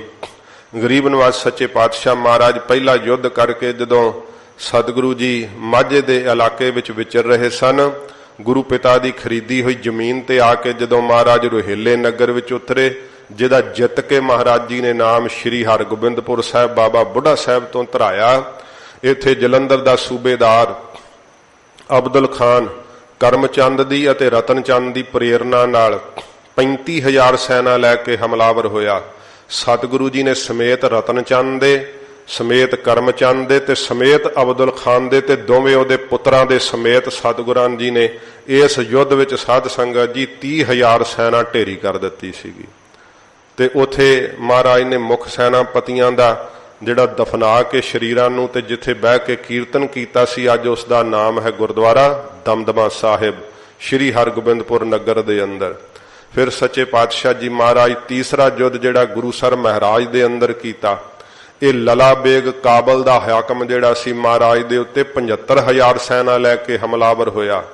ਤੇ ਸੱਚੇ ਪਾਤਸ਼ਾਹ ਦੇ ਕੋਲ ਉਸ ਸਮੇਂ 4,000 ਸੈਨਾ ਸੀ। 3,000 ਸਿੱਖਾਂ ਦੀ ਸੀ, 1,000 ਕਾਂਗੜ ਦਾ ਰਾਜਾ ਜਿਹੜਾ ਰਾਏਜੋਧ ਸੀ ਉਹਦੀ ਸੀਗੀ। ਤੇ ਇਸ ਯੁੱਧ ਦੇ ਅੰਦਰ ਬਹੁਤ ਕਰਾਰੀ ਹਾਰ ਹੋਈ ਲਲਾ ਬੇਗ ਦੀ। ਕਾਬਲੀ ਬੇਗ ਵਰਗਿਆਂ ਦੇ ਸਿਰ ਮਹਾਰਾਜ ਨੇ ਆਪ ਵੱਢੇ ਤੇ ਜਿਹੜਾ ਲਲਾ ਬੇਗ ਸੀ ਉਹਨੂੰ ਹੱਥੀਂ ਮਾਰਿਆ। ਹਸਨ ਖਾਨ ਦੂਤ ਨੂੰ ਸੱਚੇ ਪਾਤਸ਼ਾਹ ਜੀ ਨੇ ਇਥੋਂ ਕਾਬਲ ਦਾ ਰਾਜ ਦੇ ਕਰਕੇ ਤੋਰਿਆ। ਇਹ ਸਾਧ ਸੰਗਤ ਜੀ ਤੀਸਰਾ ਯੁੱਧ ਮਹਾਰਾਜ ਫਤਿਹ ਕੀਤਾ। ਚੌਥਾ ਯੁੱਧ ਜਿਹੜਾ ਸੀ ਪੈਂਦੇ ਖਾਨ ਨਿਮਕ ਹਰਾਮੀ ਬਣ ਗਿਆ ਤੇ ਕਾਲੇ ਖਾਂ ਸੈਨਾਪਤੀ ਨੂੰ 1,25,000 ਸੈਨਾ ਲੈ ਕੇ ਮਹਾਰਾਜ ਦੇ ਉੱਤੇ ਹਮਲਾਵਰ ਹੋਏ, ਜਦੋਂ ਕਿ ਮਹਾਰਾਜ ਦੇ ਕੋਲ ਕੇਵਲ 3,000 ਘੋੜਸਵਾਰ ਸੀਗੇ। ਇਸ ਤੋਂ ਵੀ ਘੱਟ ਇੱਕ ਜਿਹੜੇ ਇਤਿਹਾਸਕਾਰਾਂ ਜ਼ਿਕਰ ਕੀਤਾ ਕਿ 1,500 ਘੋੜਸਵਾਰ ਸਨ। ਰੋ ਵਿਚਾਰ ਸੱਚੇ ਪਾਤਸ਼ਾਹ ਜੀ ਮਹਾਰਾਜ ਨੇ ਇੰਨੀ ਵੀਰਤਾ ਨਾਲ ਮੁਕਾਬਲਾ ਕੀਤਾ ਇਸ ਮੈਦਾਨੇ ਜੰਗ ਦੇ ਅੰਦਰ ਕਿ ਤਕਰੀਬਨ 75,000 ਤੋਂ ਉੱਤੇ ਸੈਨਾ ਮਰ ਗਈ। ਉਹੋ ਹੀ ਬਚਿਆ ਇਸ ਯੁੱਧ ਦੇ ਅੰਦਰ ਜਿਹੜਾ ਮੈਦਾਨੇ ਜੰਗ ਨੂੰ ਛੱਡ ਕੇ ਭੱਜਿਆ। ਇੰਨੀਆਂ ਲੋਥਾਂ ਖਿਲਰ ਗਈਆਂ, ਮਹਾਰਾਜ ਨੇ ਕਿਹਾ ਨਗਰ ਨਿਵਾਸੀਆਂ ਨੂੰ ਕਿ ਨਗਰ ਛੱਡ ਜਾਓ ਕੁਝ ਸਮੇਂ ਲਈ, ਇਹਨਾਂ ਲੋਥਾਂ ਦੀ ਸੰਭਾਲ ਨਹੀਂ ਹੋ ਸਕਦੀ, ਬਿਮਾਰੀ ਫੈਲ ਜਾਣ ਦਾ ਖਤਰਾ ਹੈ। ਆਪ ਹਜੂਰ ਘੋੜੇ ਤੇ ਚੜੇ ਤੇ ਮਹਾਰਾਜ ਨੇ ਰਾਤੋਂ ਰਾਤ ਆ ਕੇ ਕੀਰਤਪੁਰ ਸਾਹਿਬ ਸਤਿਗੁਰਾਂ ਜੀ ਨੇ ਆ ਡੇਰਾ ਕੀਤਾ। ਇੱਥੇ ਸਤਿਗੁਰਾਂ ਜੀ ਨੇ ਫਿਰ ਆਪਣੇ ਸਰਗੁਣ ਸਰੂਪ ਦਾ ਅੰਤਲਾ ਸਮਾਂ ਸਾਧ ਸੰਗਤ ਜੀ ਬਤੀਤ ਕੀਤਾ। ਮਹਾਰਾਜ ਸਿੱਖਾਂ ਨੂੰ ਉਪਦੇਸ਼ ਦਿੰਦੇ, ਦੀਵਾਨ ਸਜਾਉਂਦੇ। ਗੁਰੂ ਹਰਿਰਾਏ ਸਾਹਿਬ ਜੀ ਨੂੰ ਗੁਰਿਆਈ ਤਖਤ ਮਹਾਰਾਜ ਜੀ ਨੇ ਬਖਸ਼ਿਸ਼ ਕੀਤਾ ਤੇ ਆਪਣਾ ਸਤਿਗੁਰਾਂ ਜੀ ਨੇ ਸੱਚਖੰਡ ਜਾਣ ਤੋਂ ਪਹਿਲਾਂ ਦੱਸਿਆ ਕਿ ਅਸੀਂ ਭਾਈ 7ਵੇਂ ਦਿਨ ਅੱਜ ਤੋਂ ਚਾਲਾ ਮਾਰਾਂਗੇ। ਕੋਠਾ ਸਾਹਿਬ ਦੇ ਅੰਦਰ ਪ੍ਰਵੇਸ਼ ਕਰਕੇ ਸਿੱਖਾਂ ਨੂੰ ਉਪਦੇਸ਼ ਦੇ ਕੇ ਸੱਚੇ ਪਾਤਸ਼ਾਹ ਜੀ ਮਹਾਰਾਜ ਧਿਆਨ ਅਸਥਿਤ ਹੋ ਕਰਕੇ ਜਦੋਂ 7ਵਾਂ ਦਿਨ ਹੋਇਆ ਤੇ ਆਕਾਸ਼ ਵਿੱਚ ਪ੍ਰਕਾਸ਼ ਹੀ ਪ੍ਰਕਾਸ਼ ਛਾ ਗਿਆ। ਸਤਿਗੁਰਾਂ ਜੀ ਨੇ ਸੱਚਖੰਡ ਨੂੰ ਚਾਲਾ ਮਾਰਿਆ। ਐਸੇ ਦੀਨ ਦਿਆਲ ਸਤਿਗੁਰੂ ਗੁਰੂ ਹਰਗੋਬਿੰਦ ਸਾਹਿਬ ਸੱਚੇ ਪਾਤਸ਼ਾਹ ਜੀ ਮਹਾਰਾਜ ਜੀ ਦਾ ਅੱਜ ਪ੍ਰਕਾਸ਼ ਗੁਰਪੁਰਬ ਹੈ। ਸੱਚੇ ਪਾਤਸ਼ਾਹ ਜੀ ਦੇ ਚਰਨਾਂ 'ਚ ਭਾਈ ਬੇਨਤੀ ਕਰੀਏ, ਮਹਾਰਾਜ ਸਾਨੂੰ ਆਪ ਦੀ ਸਿੱਖੀ ਬਖਸ਼ੋ। ਗਰੀਬ ਨਵਾਜ ਜਿਹੋ ਜਿਹਾ ਆਪ ਨੇ ਉਪਦੇਸ਼ ਦਿੱਤਾ, ਕਾਇਰਤਾ ਨੂੰ ਤੇ ਜੜਤਾ ਨੂੰ ਨਾਸ਼ ਕਰਨ ਵਾਲਾ ਆਪ ਦੀ ਸਿੱਖ ਕੌਮ, ਮਹਾਰਾਜ ਸੱਚੇ ਪਾਤਸ਼ਾਹ ਆਪ ਦੇ ਉਪਦੇਸ਼ ਤੋਂ ਰਹਿਨੁਮਾਈ ਲੈ ਕਰਕੇ ਔਖੜੇ ਤੇ ਵਿਖੜਿਆਂ ਪੈਂਡਿਆਂ ਵਿੱਚੋਂ ਬਾਹਰ ਨਿਕਲ ਸਕੇ। ਇਹ ਸੱਚੇ ਪਾਤਸ਼ਾਹ ਦੇ ਚਰਨਾਂ 'ਚ ਭਾਈ ਅਰਦਾਸ ਕਰੀਏ। ਜੋ ਸਾਧ ਸੰਗਤ ਜੀ ਆਪਾਂ ਘੱਲੂਘਾਰੇ ਦਾ ਇਤਿਹਾਸ ਸਰਵਣ ਕਰ ਰਹੇ ਸਾਂ, ਦਾਸ ਨੇ ਬੇਨਤੀ ਕੀਤੀ ਹੈ, ਇਹ ਸਤਿਗੁਰਾਂ ਦੇ ਦਿੱਤੇ ਹੋਏ ਸਿਧਾਂਤ ਨੇ। ਸਾਧ ਸੰਗਤ ਜੀ ਸਿੱਖ ਨਹੀਂ ਕਿਸੇ ਨਾਲ ਟਕਰਾਉਂਦਾ, ਪਰ ਹੁਣ ਜੇ ਆ ਕੇ ਸਿੱਖ ਦੀ ਪੱਗ ਨੂੰ ਹੀ ਕੋਈ ਹੱਥ ਪਾ ਲੇ। ਗੁਰੂ ਹਰਗੋਬਿੰਦ ਸਾਹਿਬ ਸੱਚੇ ਪਾਤਸ਼ਾਹ 'ਚ ਇੰਨੀ ਦਇਆ ਕਿ ਟੁੱਟੇ ਹੋਏ ਫੁੱਲ ਤੇ ਗੁਰੂ ਹਰਿਰਾਏ ਸਾਹਿਬ ਜੀ ਨੂੰ ਮਹਾਰਾਜ ਸਖਤ ਬਚਨ ਕਹਿ ਦਿੱਤੇ, ਪਰ ਮਹਾਰਾਜ ਵਿੱਚ ਵੀਰਤਾ ਵੀ ਇੰਨੀ ਹੈ ਨਾ ਫਿਰ ਕਿ ਕਾਲੇ ਖਾਂ ਦੇ ਜਦੋਂ ਸਿਰ 'ਚ ਤੇਗਾ ਮਾਰਿਆ ਸੀ ਤੇ ਘੋੜੇ ਦੀ ਕਾਠੀ ਤੱਕ ਵੀ ਵੱਢ ਕੇ ਸਿੱਟ ਦਿੱਤੀ ਸੀ ਮਹਾਰਾਜ ਨੇ। ਸਿੱਖ ਵਿੱਚ ਉਹੋ ਹੀ ਦਇਆ ਮਹਾਰਾਜ ਬਖਸ਼ਿਸ਼ ਕੀਤੀ ਹੈ। ਸਿੱਖ ਦਾ ਰਿਦਾ ਤਾਂ ਸਾਧ ਸੰਗਤ ਜੀ ਇੰਨਾ ਨਰਮ ਬਖਸ਼ਿਆ ਹੈ ਕਿ ਜੀਆਂ ਤੇ ਵੀ ਦਇਆ ਕਰਦਾ ਹੈ, ਰੁੱਖਾਂ ਤੇ ਵੀ ਦਇਆ ਕਰਦਾ ਹੈ। ਪਰ ਉਹੋ ਹੀ ਸਿੱਖ ਜਦੋਂ ਉਹਦੇ ਗੁਰੂ ਸਾਹਿਬ ਦਾ ਕੋਈ ਅਪਮਾਨ ਕਰੇ, ਸਿੱਖ ਦੀ ਪੱਗ ਨੂੰ, ਸਿੱਖ ਦੇ ਦਾੜੇ ਨੂੰ ਕੋਈ ਹੱਥ ਪਾ ਲੇ, ਤੇ ਫਿਰ ਗੁਰੂ ਹਰਗੋਬਿੰਦ ਸਾਹਿਬ ਦੀ ਉਹ ਸਿੱਖਿਆ ਅੰਦਰ ਪ੍ਰਵੇਸ਼ ਕਰਦੀ ਹੈ ਕਿ ਟੋਪ ਦੇ ਸਮੇਤ ਹੀ ਲੋਹੇ ਦਾ ਟੋਪ ਪਹਿਨਿਆ ਹੋਇਆ ਜਿਵੇਂ ਕਾਲੇ ਖਾਂ ਚੀਰਿਆ ਸੀ ਨਾ, ਉਨੀ ਵੀਰਤਾ ਹੀ ਫਿਰ ਸਿੱਖ ਦੇ ਅੰਦਰ ਆ ਜਾਂਦੀ ਹੈ। ਜਿਹੜਾ ਸਾਧ ਸੰਗਤ ਜੀ ਯੁੱਧ ਹੁੰਦੇ ਆ ਨਾ, ਯੁੱਧਾਂ ਦੇ ਅੰਦਰ ਹਾਰ ਜਿੱਤ ਹੁੰਦੀ ਹੈ, ਪਰ ਇਹ ਵੇਖਣਾ ਪੈਂਦਾ ਹੈ ਸੰਸਾਰ ਦੇ ਅੰਦਰ ਜਿਹੜੇ ਹਕੂਮਤਾਂ ਨੂੰ ਕਰਦੇ ਆ ਉਹ ਜਾਣਦੇ ਆ ਕਿ ਹਾਰ ਕਿਹੜੇ ਰੂਪ ਵਿੱਚ ਹਾਰ ਹੁੰਦੀ ਹੈ ਤੇ ਜਿੱਤ ਕਿਹੜੇ ਰੂਪ ਵਿੱਚ ਜਿੱਤ ਹੁੰਦੀ ਹੈ। ਜਿਹੜੇ ਆਪਣੇ ਸਿਧਾਂਤਾਂ ਤੋਂ ਡਿੱਗ ਜਾਂਦੇ ਆ, ਜਿਨ੍ਹਾਂ ਦੇ ਸਾਧ ਸੰਗਤ ਜੀ ਜਿਸ ਮਨੋਰਥ ਦੀ ਪੂਰਤੀ ਲਈ ਉਹਨਾਂ ਨੇ ਯੁੱਧ ਕੀਤਾ ਹੁੰਦਾ ਹੈ, ਜਦੋਂ ਉਹ ਮਨੋਰਥ ਪੂਰਾ ਨਹੀਂ ਹੁੰਦਾ ਉਹ ਜਿੱਤ ਕੇ ਵੀ ਹਾਰ ਜਾਂਦੇ। ਜੇ ਆਪਾਂ ਵੇਖੀਏ ਤੇ ਨੁਰੰਗੇ ਨੇ ਸਤਿਗੁਰਾਂ ਜੀ ਦੇ ਉੱਤੇ ਹਮਲਾ ਕੀਤਾ, ਨੁਰੰਗਾ ਜਿੱਤਿਆ ਨਹੀਂ, ਹਾਰ ਗਿਆ ਸੀ ਬੜੀ ਬੁਰੀ ਤਰ੍ਹਾਂ, ਕਿਉਂਕਿ ਉਹਦੀ ਫੌਜ ਦੀ ਮਨਸਾ ਸੀ ਕਿ ਗੁਰੂ ਗੋਬਿੰਦ ਸਿੰਘ ਸੱਚੇ ਪਾਤਸ਼ਾਹ ਜੀ ਮਹਾਰਾਜ ਨੂੰ ਗ੍ਰਿਫਤਾਰ ਕੀਤਾ ਜਾਵੇ ਜਾਂ ਮਾਰ ਦਿੱਤਾ ਜਾਵੇ। ਉਹਦੀ ਮਨਸਾ ਸੀ ਕਿ ਗੁਰੂ ਸਾਹਿਬ ਜੀ ਮੇਰੇ ਅੱਗੇ ਹੱਥ ਜੋੜਨ ਤੇ ਮੇਰੇ ਅੱਗੇ ਗਿੜ ਗੜਾਉਣ, ਗੁਰੂ ਜੀ ਦਾ ਸਾਹਿਬਜ਼ਾਦਾ ਪਕੜਿਆ ਜਾਵੇ। ਬਾਬਾ ਅਜੀਤ ਸਿੰਘ ਸਾਹਿਬ ਨੂੰ ਜਿਉਂਦਾ ਪਕੜਨਾ ਚਾਹੁੰਦੇ ਸੀ। ਇਸ ਯੁੱਧ ਵਿੱਚ ਵੀ ਇਹੋ ਜਿਹੇ ਹਾਲਾਤ ਬਣੇ ਸੀ, ਜਿਨ੍ਹਾਂ ਦੇ ਅੰਦਰ ਪਤਾ ਲੱਗ ਗਿਆ ਸੀ ਨਾ ਕਿ ਫਲਾਣੇ ਦਾ ਰਿਸ਼ਤੇਦਾਰ ਅੰਦਰ ਵੈ ਸੰਤਾਂ ਦੇ ਕੋਲ, ਉਹਦੇ ਸਾਰੇ ਪਰਿਵਾਰ ਨੂੰ ਚੱਕ ਕੇ ਮਾਰ ਦੇਣ ਦੀ ਧਮਕੀ ਸੀ ਕਿ ਉਹਨੂੰ ਹੱਥ ਖੜੇ ਕਰਕੇ ਕਹੋ ਬਾਹਰ ਆ ਜਾਵੇ। ਉਹ ਕਹਿੰਦੇ ਮੈਂ ਤਾਂ ਸ਼ਹੀਦ ਹੋਣਾ ਹੀ ਆ, ਅੰਦਰਲੇ ਦਾ ਸੁਨੇਹਾ ਸੀ ਕਿ ਜੇ ਮੇਰੇ ਪਰਿਵਾਰ ਨੂੰ ਵੀ ਸ਼ਹੀਦ ਕਰ ਦੋਗੇ ਸਿੱਖੀ ਵਾਸਤੇ ਤਾਂ ਫਿਰ ਤਾਂ ਗੁਰੂ ਗੋਬਿੰਦ ਸਿੰਘ ਸੱਚੇ ਪਾਤਸ਼ਾਹ ਮਹਾਰਾਜ ਦੀਆਂ ਬੇਅੰਤੀ ਖੁਸ਼ੀਆਂ ਪ੍ਰਾਪਤ ਹੋ ਜਾਣਗੀਆਂ। ਆਪਣੇ ਪਰਿਵਾਰ ਵੀ ਜਿਨ੍ਹਾਂ ਨੇ ਦਾਤ ਲਾ ਦਿੱਤੇ ਸੀ, ਕਿਉਂਕਿ ਸਤਿਗੁਰੂ ਜੀ ਦੀ ਕੁਰਬਾਨੀ ਜਿਨ੍ਹਾਂ ਦੀ ਸਾਧ ਸੰਗਤ ਜੀ ਮਨ ਦੇ ਅੰਦਰ ਪ੍ਰਵੇਸ਼ ਕਰ ਜਾਂਦੀ ਹੈ ਨਾ, ਪੰਥ ਲਈ ਕੁਰਬਾਨ ਹੋਣ ਲਈ ਉਹਨਾਂ ਦਾ ਮਨ ਅੰਗੜਾਈਆਂ ਲੈਂਦਾ ਹੈ। ਗੁਰੂ ਦੇਵ ਨੇ ਆਪਣਾ ਇੱਕ ਵੀ ਸਾਹਿਬਜ਼ਾਦਾ ਲੁਕਾ ਕੇ ਨਹੀਂ ਰੱਖਿਆ। ਇਹ ਬਖਸ਼ਿਸ਼ ਕੌਮ ਦੇ ਅੰਦਰ ਗੁਰੂ ਦੇਵ ਦੀਆਂ ਕੁਰਬਾਨੀਆਂ ਦਾ ਸਦਕਾ ਹੈ ਕਿ ਸਿੱਖ ਦਾ ਸ਼ਹੀਦ ਹੋਣ ਨੂੰ ਜੀ ਲਲਚਾ ਪੈਂਦਾ ਹੈ। ਜੇ ਵੇਖੀਏ ਹਕੂਮਤ ਨੇ ਦਰਬਾਰ ਸਾਹਿਬ ਦੇ ਅੰਦਰ ਸਾਧ ਸੰਗਤ ਜੀ ਕਬਜ਼ਾ ਤਾਂ ਭਾਵੇਂ ਕਰ ਲਿਆ, ਪਰ ਉਹਨਾਂ ਦੀ ਮਨਸ਼ਾ ਕੀ ਸੀਗੀ? ਉਹ ਸੰਤਾਂ ਨੂੰ ਸਿਲੰਡਰ ਕਰਾਉਣਾ ਚਾਹੁੰਦੇ ਸੀ ਕਿ ਸਿੱਖ ਸਾਡੇ ਅੱਗੇ ਗਿੜਗੜਾਉਣ। ਤੇ ਇਹਦੇ ਲਈ ਉਹਨਾਂ ਦੀਆਂ ਆਪ ਦੀਆਂ ਲਿਖਤਾਂ ਕਹਿੰਦੀਆਂ ਨੇ ਕਿ 14 ਜਿਹੜੇ ਸੀ ਨਾ ਸਿੱਖ ਸੋਲਜਰ, ਸਿੱਖ ਸਿਪਾਹੀ, ਜਿਨ੍ਹਾਂ ਵਿੱਚ ਕੁਝ ਆਫੀਸਰ ਵੀ ਸਨ, ਉਹ ਅੰਦਰ ਭੇਜੇ ਗਏ ਸੰਤਾਂ ਦੇ ਕੋਲ ਕੁਝ ਪੈਕੇਜ ਦੇ ਕਰਕੇ ਕਿ ਜੇ ਤੁਸੀਂ ਮਨਜ਼ੂਰ ਕਰੋ ਤੇ ਤੁਹਾਨੂੰ ਸੁਰੱਖਿਅਤ ਇਥੋਂ ਕੱਢ ਕੇ ਕਿਸੇ ਵੀ ਦੇਸ਼ ਵਿੱਚ ਪਹੁੰਚਾ ਦਿੱਤਾ ਜਾਵੇਗਾ। ਮੂੰਹ ਮੰਗੀ ਮਾਇਆ ਕੋ ਬਹੁਤ ਵਿਸਥਾਰ ਹੈ ਉਹਦਾ, ਬਹੁਤ ਕੁਛ ਉਹਨਾਂ ਕਿਹਾ। ਜਿਹੜੇ 14 ਸਿੱਖ ਫੌਜੀ ਅੰਦਰ ਗਏ ਨਾ ਮਹਾਂਪੁਰਖਾਂ ਕੋਲ ਹਕੂਮਤ ਦਾ ਪੈਕੇਜ ਲੈ ਕਰਕੇ, ਸਾਧ ਸੰਗਤ ਜੀ ਮਹਾਂਪੁਰਖਾਂ ਦਾ ਇਹੋ ਜਿਹਾ ਪ੍ਰਭਾਵਸ਼ਾਲੀ ਬੋਲ ਸੀ ਕਿ ਉਹਨਾਂ ਦੀ ਰਸਨਾ ਤੋਂ ਬਚਨ ਸੁਣ ਕਰਕੇ ਉਹਨਾਂ ਦਾ ਵੀ ਜੂਝਣ ਨੂੰ ਜੀ ਕਰ ਪਿਆ। ਉਹ ਮੁੜ ਵਾਪਸ ਨਹੀਂ ਪਰਤੇ। ਫਿਰ ਮਹਾਂਪੁਰਖਾਂ ਨੇ ਇਹੋ ਜਿਹੇ ਬਚਨ ਉਹਨਾਂ ਨੂੰ ਦੱਸੇ ਕਿ ਤੁਸੀਂ ਸਿੱਖੋ ਤੇ ਕਾਹਦੇ ਵਾਸਤੇ, ਕਿਹੜੀ ਮਨਸ਼ਾ ਨਾਲ ਸਾਡੇ ਕੋਲ ਆਏ ਹੋ। ਮਹਾਂਪੁਰਖਾਂ ਦੇ ਪ੍ਰਭਾਵਸ਼ਾਲੀ ਬਚਨਾਂ ਨੇ ਇਹੋ ਜਿਹਾ ਅਸਰ ਕੀਤਾ।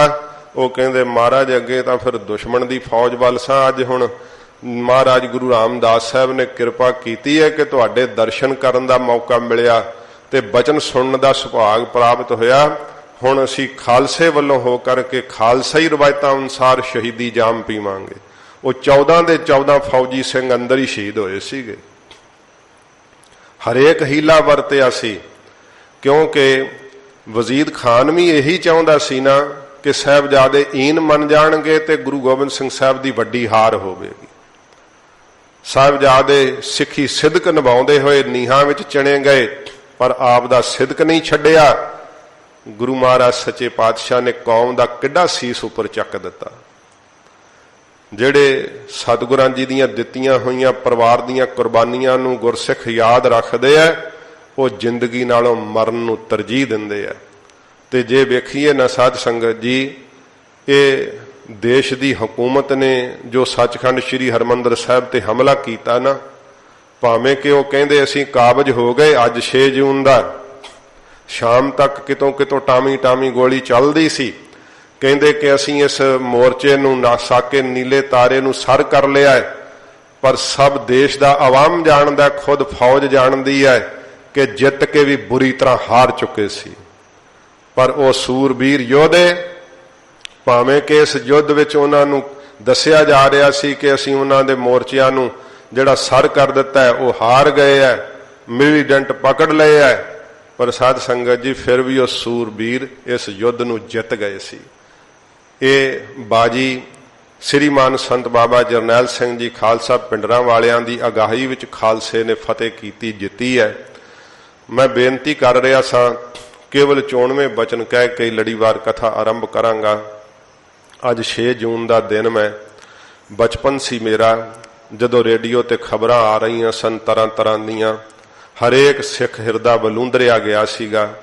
ਪਿੰਡਾਂ ਵਿੱਚੋਂ ਜਥੇ ਬਣ ਬਣ ਕੇ ਹਰਿਮੰਦਰ ਸਾਹਿਬ ਨੂੰ ਤੁਰ ਪਏ ਸੀ, ਤੇ ਸਾਧ ਸੰਗਤ ਜੀ ਸਖਤ ਹੁਕਮ ਸੀ ਕਿ ਜਿਹੜਾ ਹਰਿਮੰਦਰ ਸਾਹਿਬ ਵੱਲ ਨੂੰ ਮੂੰਹ ਕਰਦਾ ਹੈ, ਗੋਲੀਆਂ ਨਾਲ ਭੁੰਨ ਦਿੱਤਾ ਜਾਵੇ। ਫੌਜ ਨੇ ਉਹਨਾਂ ਨੂੰ ਘੇਰਾ ਘੱਤ ਕੇ ਨਾ ਪਿੰਡ ਨੂੰ ਜਾਣ ਦਿੱਤਾ, ਨਾ ਹਰਿਮੰਦਰ ਸਾਹਿਬ ਦੇ ਅੰਦਰ ਜਾਣ ਦਿੱਤਾ। ਕਈ ਦਿਨ ਦੇ ਭੁੱਖੇ ਰੱਖ ਕੇ ਜਦੋਂ ਛੱਡੇ ਨਾ, ਤਾਂ ਫਿਰ ਭੁੱਖਿਆਂ ਨੂੰ ਕਹਿੰਦੇ ਘਰ ਚੇਤੇ ਆਉਣਾ ਸੀ, ਪਿੱਛੇ ਨੂੰ ਮੁੜ ਗਏ। ਫਿਰ ਸਾਰੇ, ਕਿਸੇ ਨੂੰ ਵੀ ਹਰਿਮੰਦਰ ਸਾਹਿਬ ਦੇ ਅੰਦਰ ਨਹੀਂ ਆਉਣ ਦਿੱਤਾ ਗਿਆ, ਭਾਵੇਂ ਕਿ ਉਹਨਾਂ ਸੰਗਤ ਦੇ ਜਥਿਆਂ ਵਿੱਚੋਂ ਵੀ ਸ਼ਹੀਦ ਹੋਏ ਹੈ। ਫੌਜ ਨੇ ਨਿਹੱਥਿਆਂ ਦੇ ਉੱਤੇ, ਜਿਨ੍ਹਾਂ ਕੋਲ ਕੇਵਲ ਬਰਛੇ ਸੀ, ਕਿਰਪਾਨਾਂ ਸੀ, ਕਿਉਂਕਿ ਪਿੰਡਾਂ ਵਿੱਚ ਹਥਿਆਰ ਅੱਜ ਵੀ ਸਿੱਖ ਦੇ ਕਿਸੇ ਬੱਚੇ ਕੋਲੋਂ ਕੋਈ ਖਾਲੀ ਕਾਰਤੂਸ ਖੋਲ ਹੀ ਪਕੜਿਆ ਜਾਵੇ ਤੇ ਉਹਦੇ ਤੇ ਬੜਾ ਤਗੜਾ ਪਰਚਾ ਦਰਜ ਹੋ ਜਾਂਦਾ ਹੈ। ਜਿਹੜੇ ਆਜ਼ਾਦ ਦੇਸ਼, ਆਜ਼ਾਦੀ ਦਾ ਨਿੱਘ ਮਾਣਦੇ ਆ, ਉੱਥੇ ਇੰਨੀ ਖੁੱਲ੍ਹ ਹੈ ਕਿ ਜਿਹੋ ਜੇ ਆਰਮੀ ਹਥਿਆਰ ਰੱਖ ਸਕਦੀ ਹੈ, ਆਮ ਨਾਗਰਿਕ ਵੀ ਉਹੋ ਜਿਹੇ ਹਥਿਆਰ ਰੱਖ ਸਕਦਾ ਹੈ। ਇੰਨੀ ਖੁੱਲ੍ਹ ਹੈ ਉਹਨਾਂ ਦੇਸ਼ਾਂ ਦੇ ਅੰਦਰ। ਤੇ ਇਹੋ ਜਿਹੇ ਸਾਧ ਸੰਗਤ ਜੀ ਜਦੋਂ ਫੌਜ ਨੇ ਕਾਰਨਾਮੇ ਕੀਤੇ, ਬੜੇ ਆਪ ਹੁਦਰੇ, ਨਿਹੱਥੇ ਸਿੱਖਾਂ ਦੇ ਉੱਤੇ ਗੋਲੀਆਂ ਚਲਾਈਆਂ, ਤੇ ਜਿਹੜੇ ਜਿਹੜੇ ਥਾਵਾਂ ਥਾਵਾਂ ਤੇ ਜਥੇ ਸੀ ਉਹਨਾਂ ਨੂੰ ਕਿੰਨੇ ਦਿਨ ਭੁੱਖਿਆਂ ਰੱਖ ਕਰਕੇ ਜਦੋਂ ਛੱਡਿਆ, ਤੇ ਫਿਰ ਕਿਹਨਾਂ ਉਧਰ ਨੂੰ ਆਉਣਾ ਸੀਗਾ। ਬਹੁਤ ਜ਼ਿਆਦਾ ਜਦੋਂ ਅਖੀਰਲੇ ਦਿਨ ਵੀ ਉੱਥੇ ਜਿਨ੍ਹਾਂ ਜਿਨ੍ਹਾਂ ਨੂੰ ਜਾਣ ਦਾ ਮੌਕਾ ਮਿਲਿਆ, ਉਹਨਾਂ ਚਸ਼ਮਦੀਦਾਂ ਦੇ ਮੁਤਾਬਕ ਸਰੋਵਰ ਸਾਰਾ ਸਤਿਗੁਰਾਂ ਜੀ ਦਾ ਲਾਲ ਸੀ। ਪਰਿਕਰਮਾ ਦੇ ਅੰਦਰ ਲਾਸ਼ਾਂ ਹੀ ਲਾਸ਼ਾਂ ਵਿਛੀਆਂ ਹੋਈਆਂ ਦਿਖਾਈ ਦਿੰਦੀਆਂ ਸਨ। ਆਕਾਸ਼ ਦੇ ਅੰਦਰ ਮਾਸਾਹਾਰੀ ਜਾਨਵਰ ਵੀ ਮੰਡਰਾਉਂਦੇ ਦਿਸਦੇ ਸੀ। ਟਾਮੀ ਟਾਮੀ ਗੋਲੀ ਚੱਲਦੀ ਹੋਈ ਉਹਦੀ ਆਵਾਜ਼ ਸੁਣਾਈ ਦਿੰਦੀ ਸੀ। ਇਹ 6 ਜੂਨ ਜਦੋਂ ਕਿ ਅਕਾਲ ਤਖਤ ਸਾਹਿਬ ਨੂੰ ਬੁਰੀ ਤਰ੍ਹਾਂ ਬੰਬਾਂ ਦੇ ਨਾਲ ਘੇਰ ਦਿੱਤਾ ਗਿਆ ਸੀਗਾ। ਉੱਤੋਂ ਗੁੰਬਜ ਤੋਂ ਲੈ ਕਰਕੇ ਸਾਰੀਆਂ, ਕਿਉਂਕਿ ਤਹਿਖਾਨਿਆਂ ਦੇ ਉੱਤੇ ਉਹਨਾਂ ਦੀ ਜ਼ਿਆਦੀ ਮਾਰ ਸੀਗੀ। ਜਦੋਂ ਇਹ ਸਵੇਰ ਦਾ ਵਕਤ ਸੀਗਾ, ਉਹ ਫੋਟੋਆਂ ਖਿੱਚੀਆਂ ਹੋਈਆਂ ਨੇ। ਜਦੋਂ ਜਰਨਲ ਸਾਹਿਬ ਦੀ ਪਵਿੱਤਰ ਦੇਹੀ ਨੂੰ, ਉਹ ਤਾਂ ਮਹਾਂਪੁਰਖਾਂ ਦੇ ਕਹਿਣ ਮੁਤਾਬਕ ਮਿੱਟੀ ਹੈ।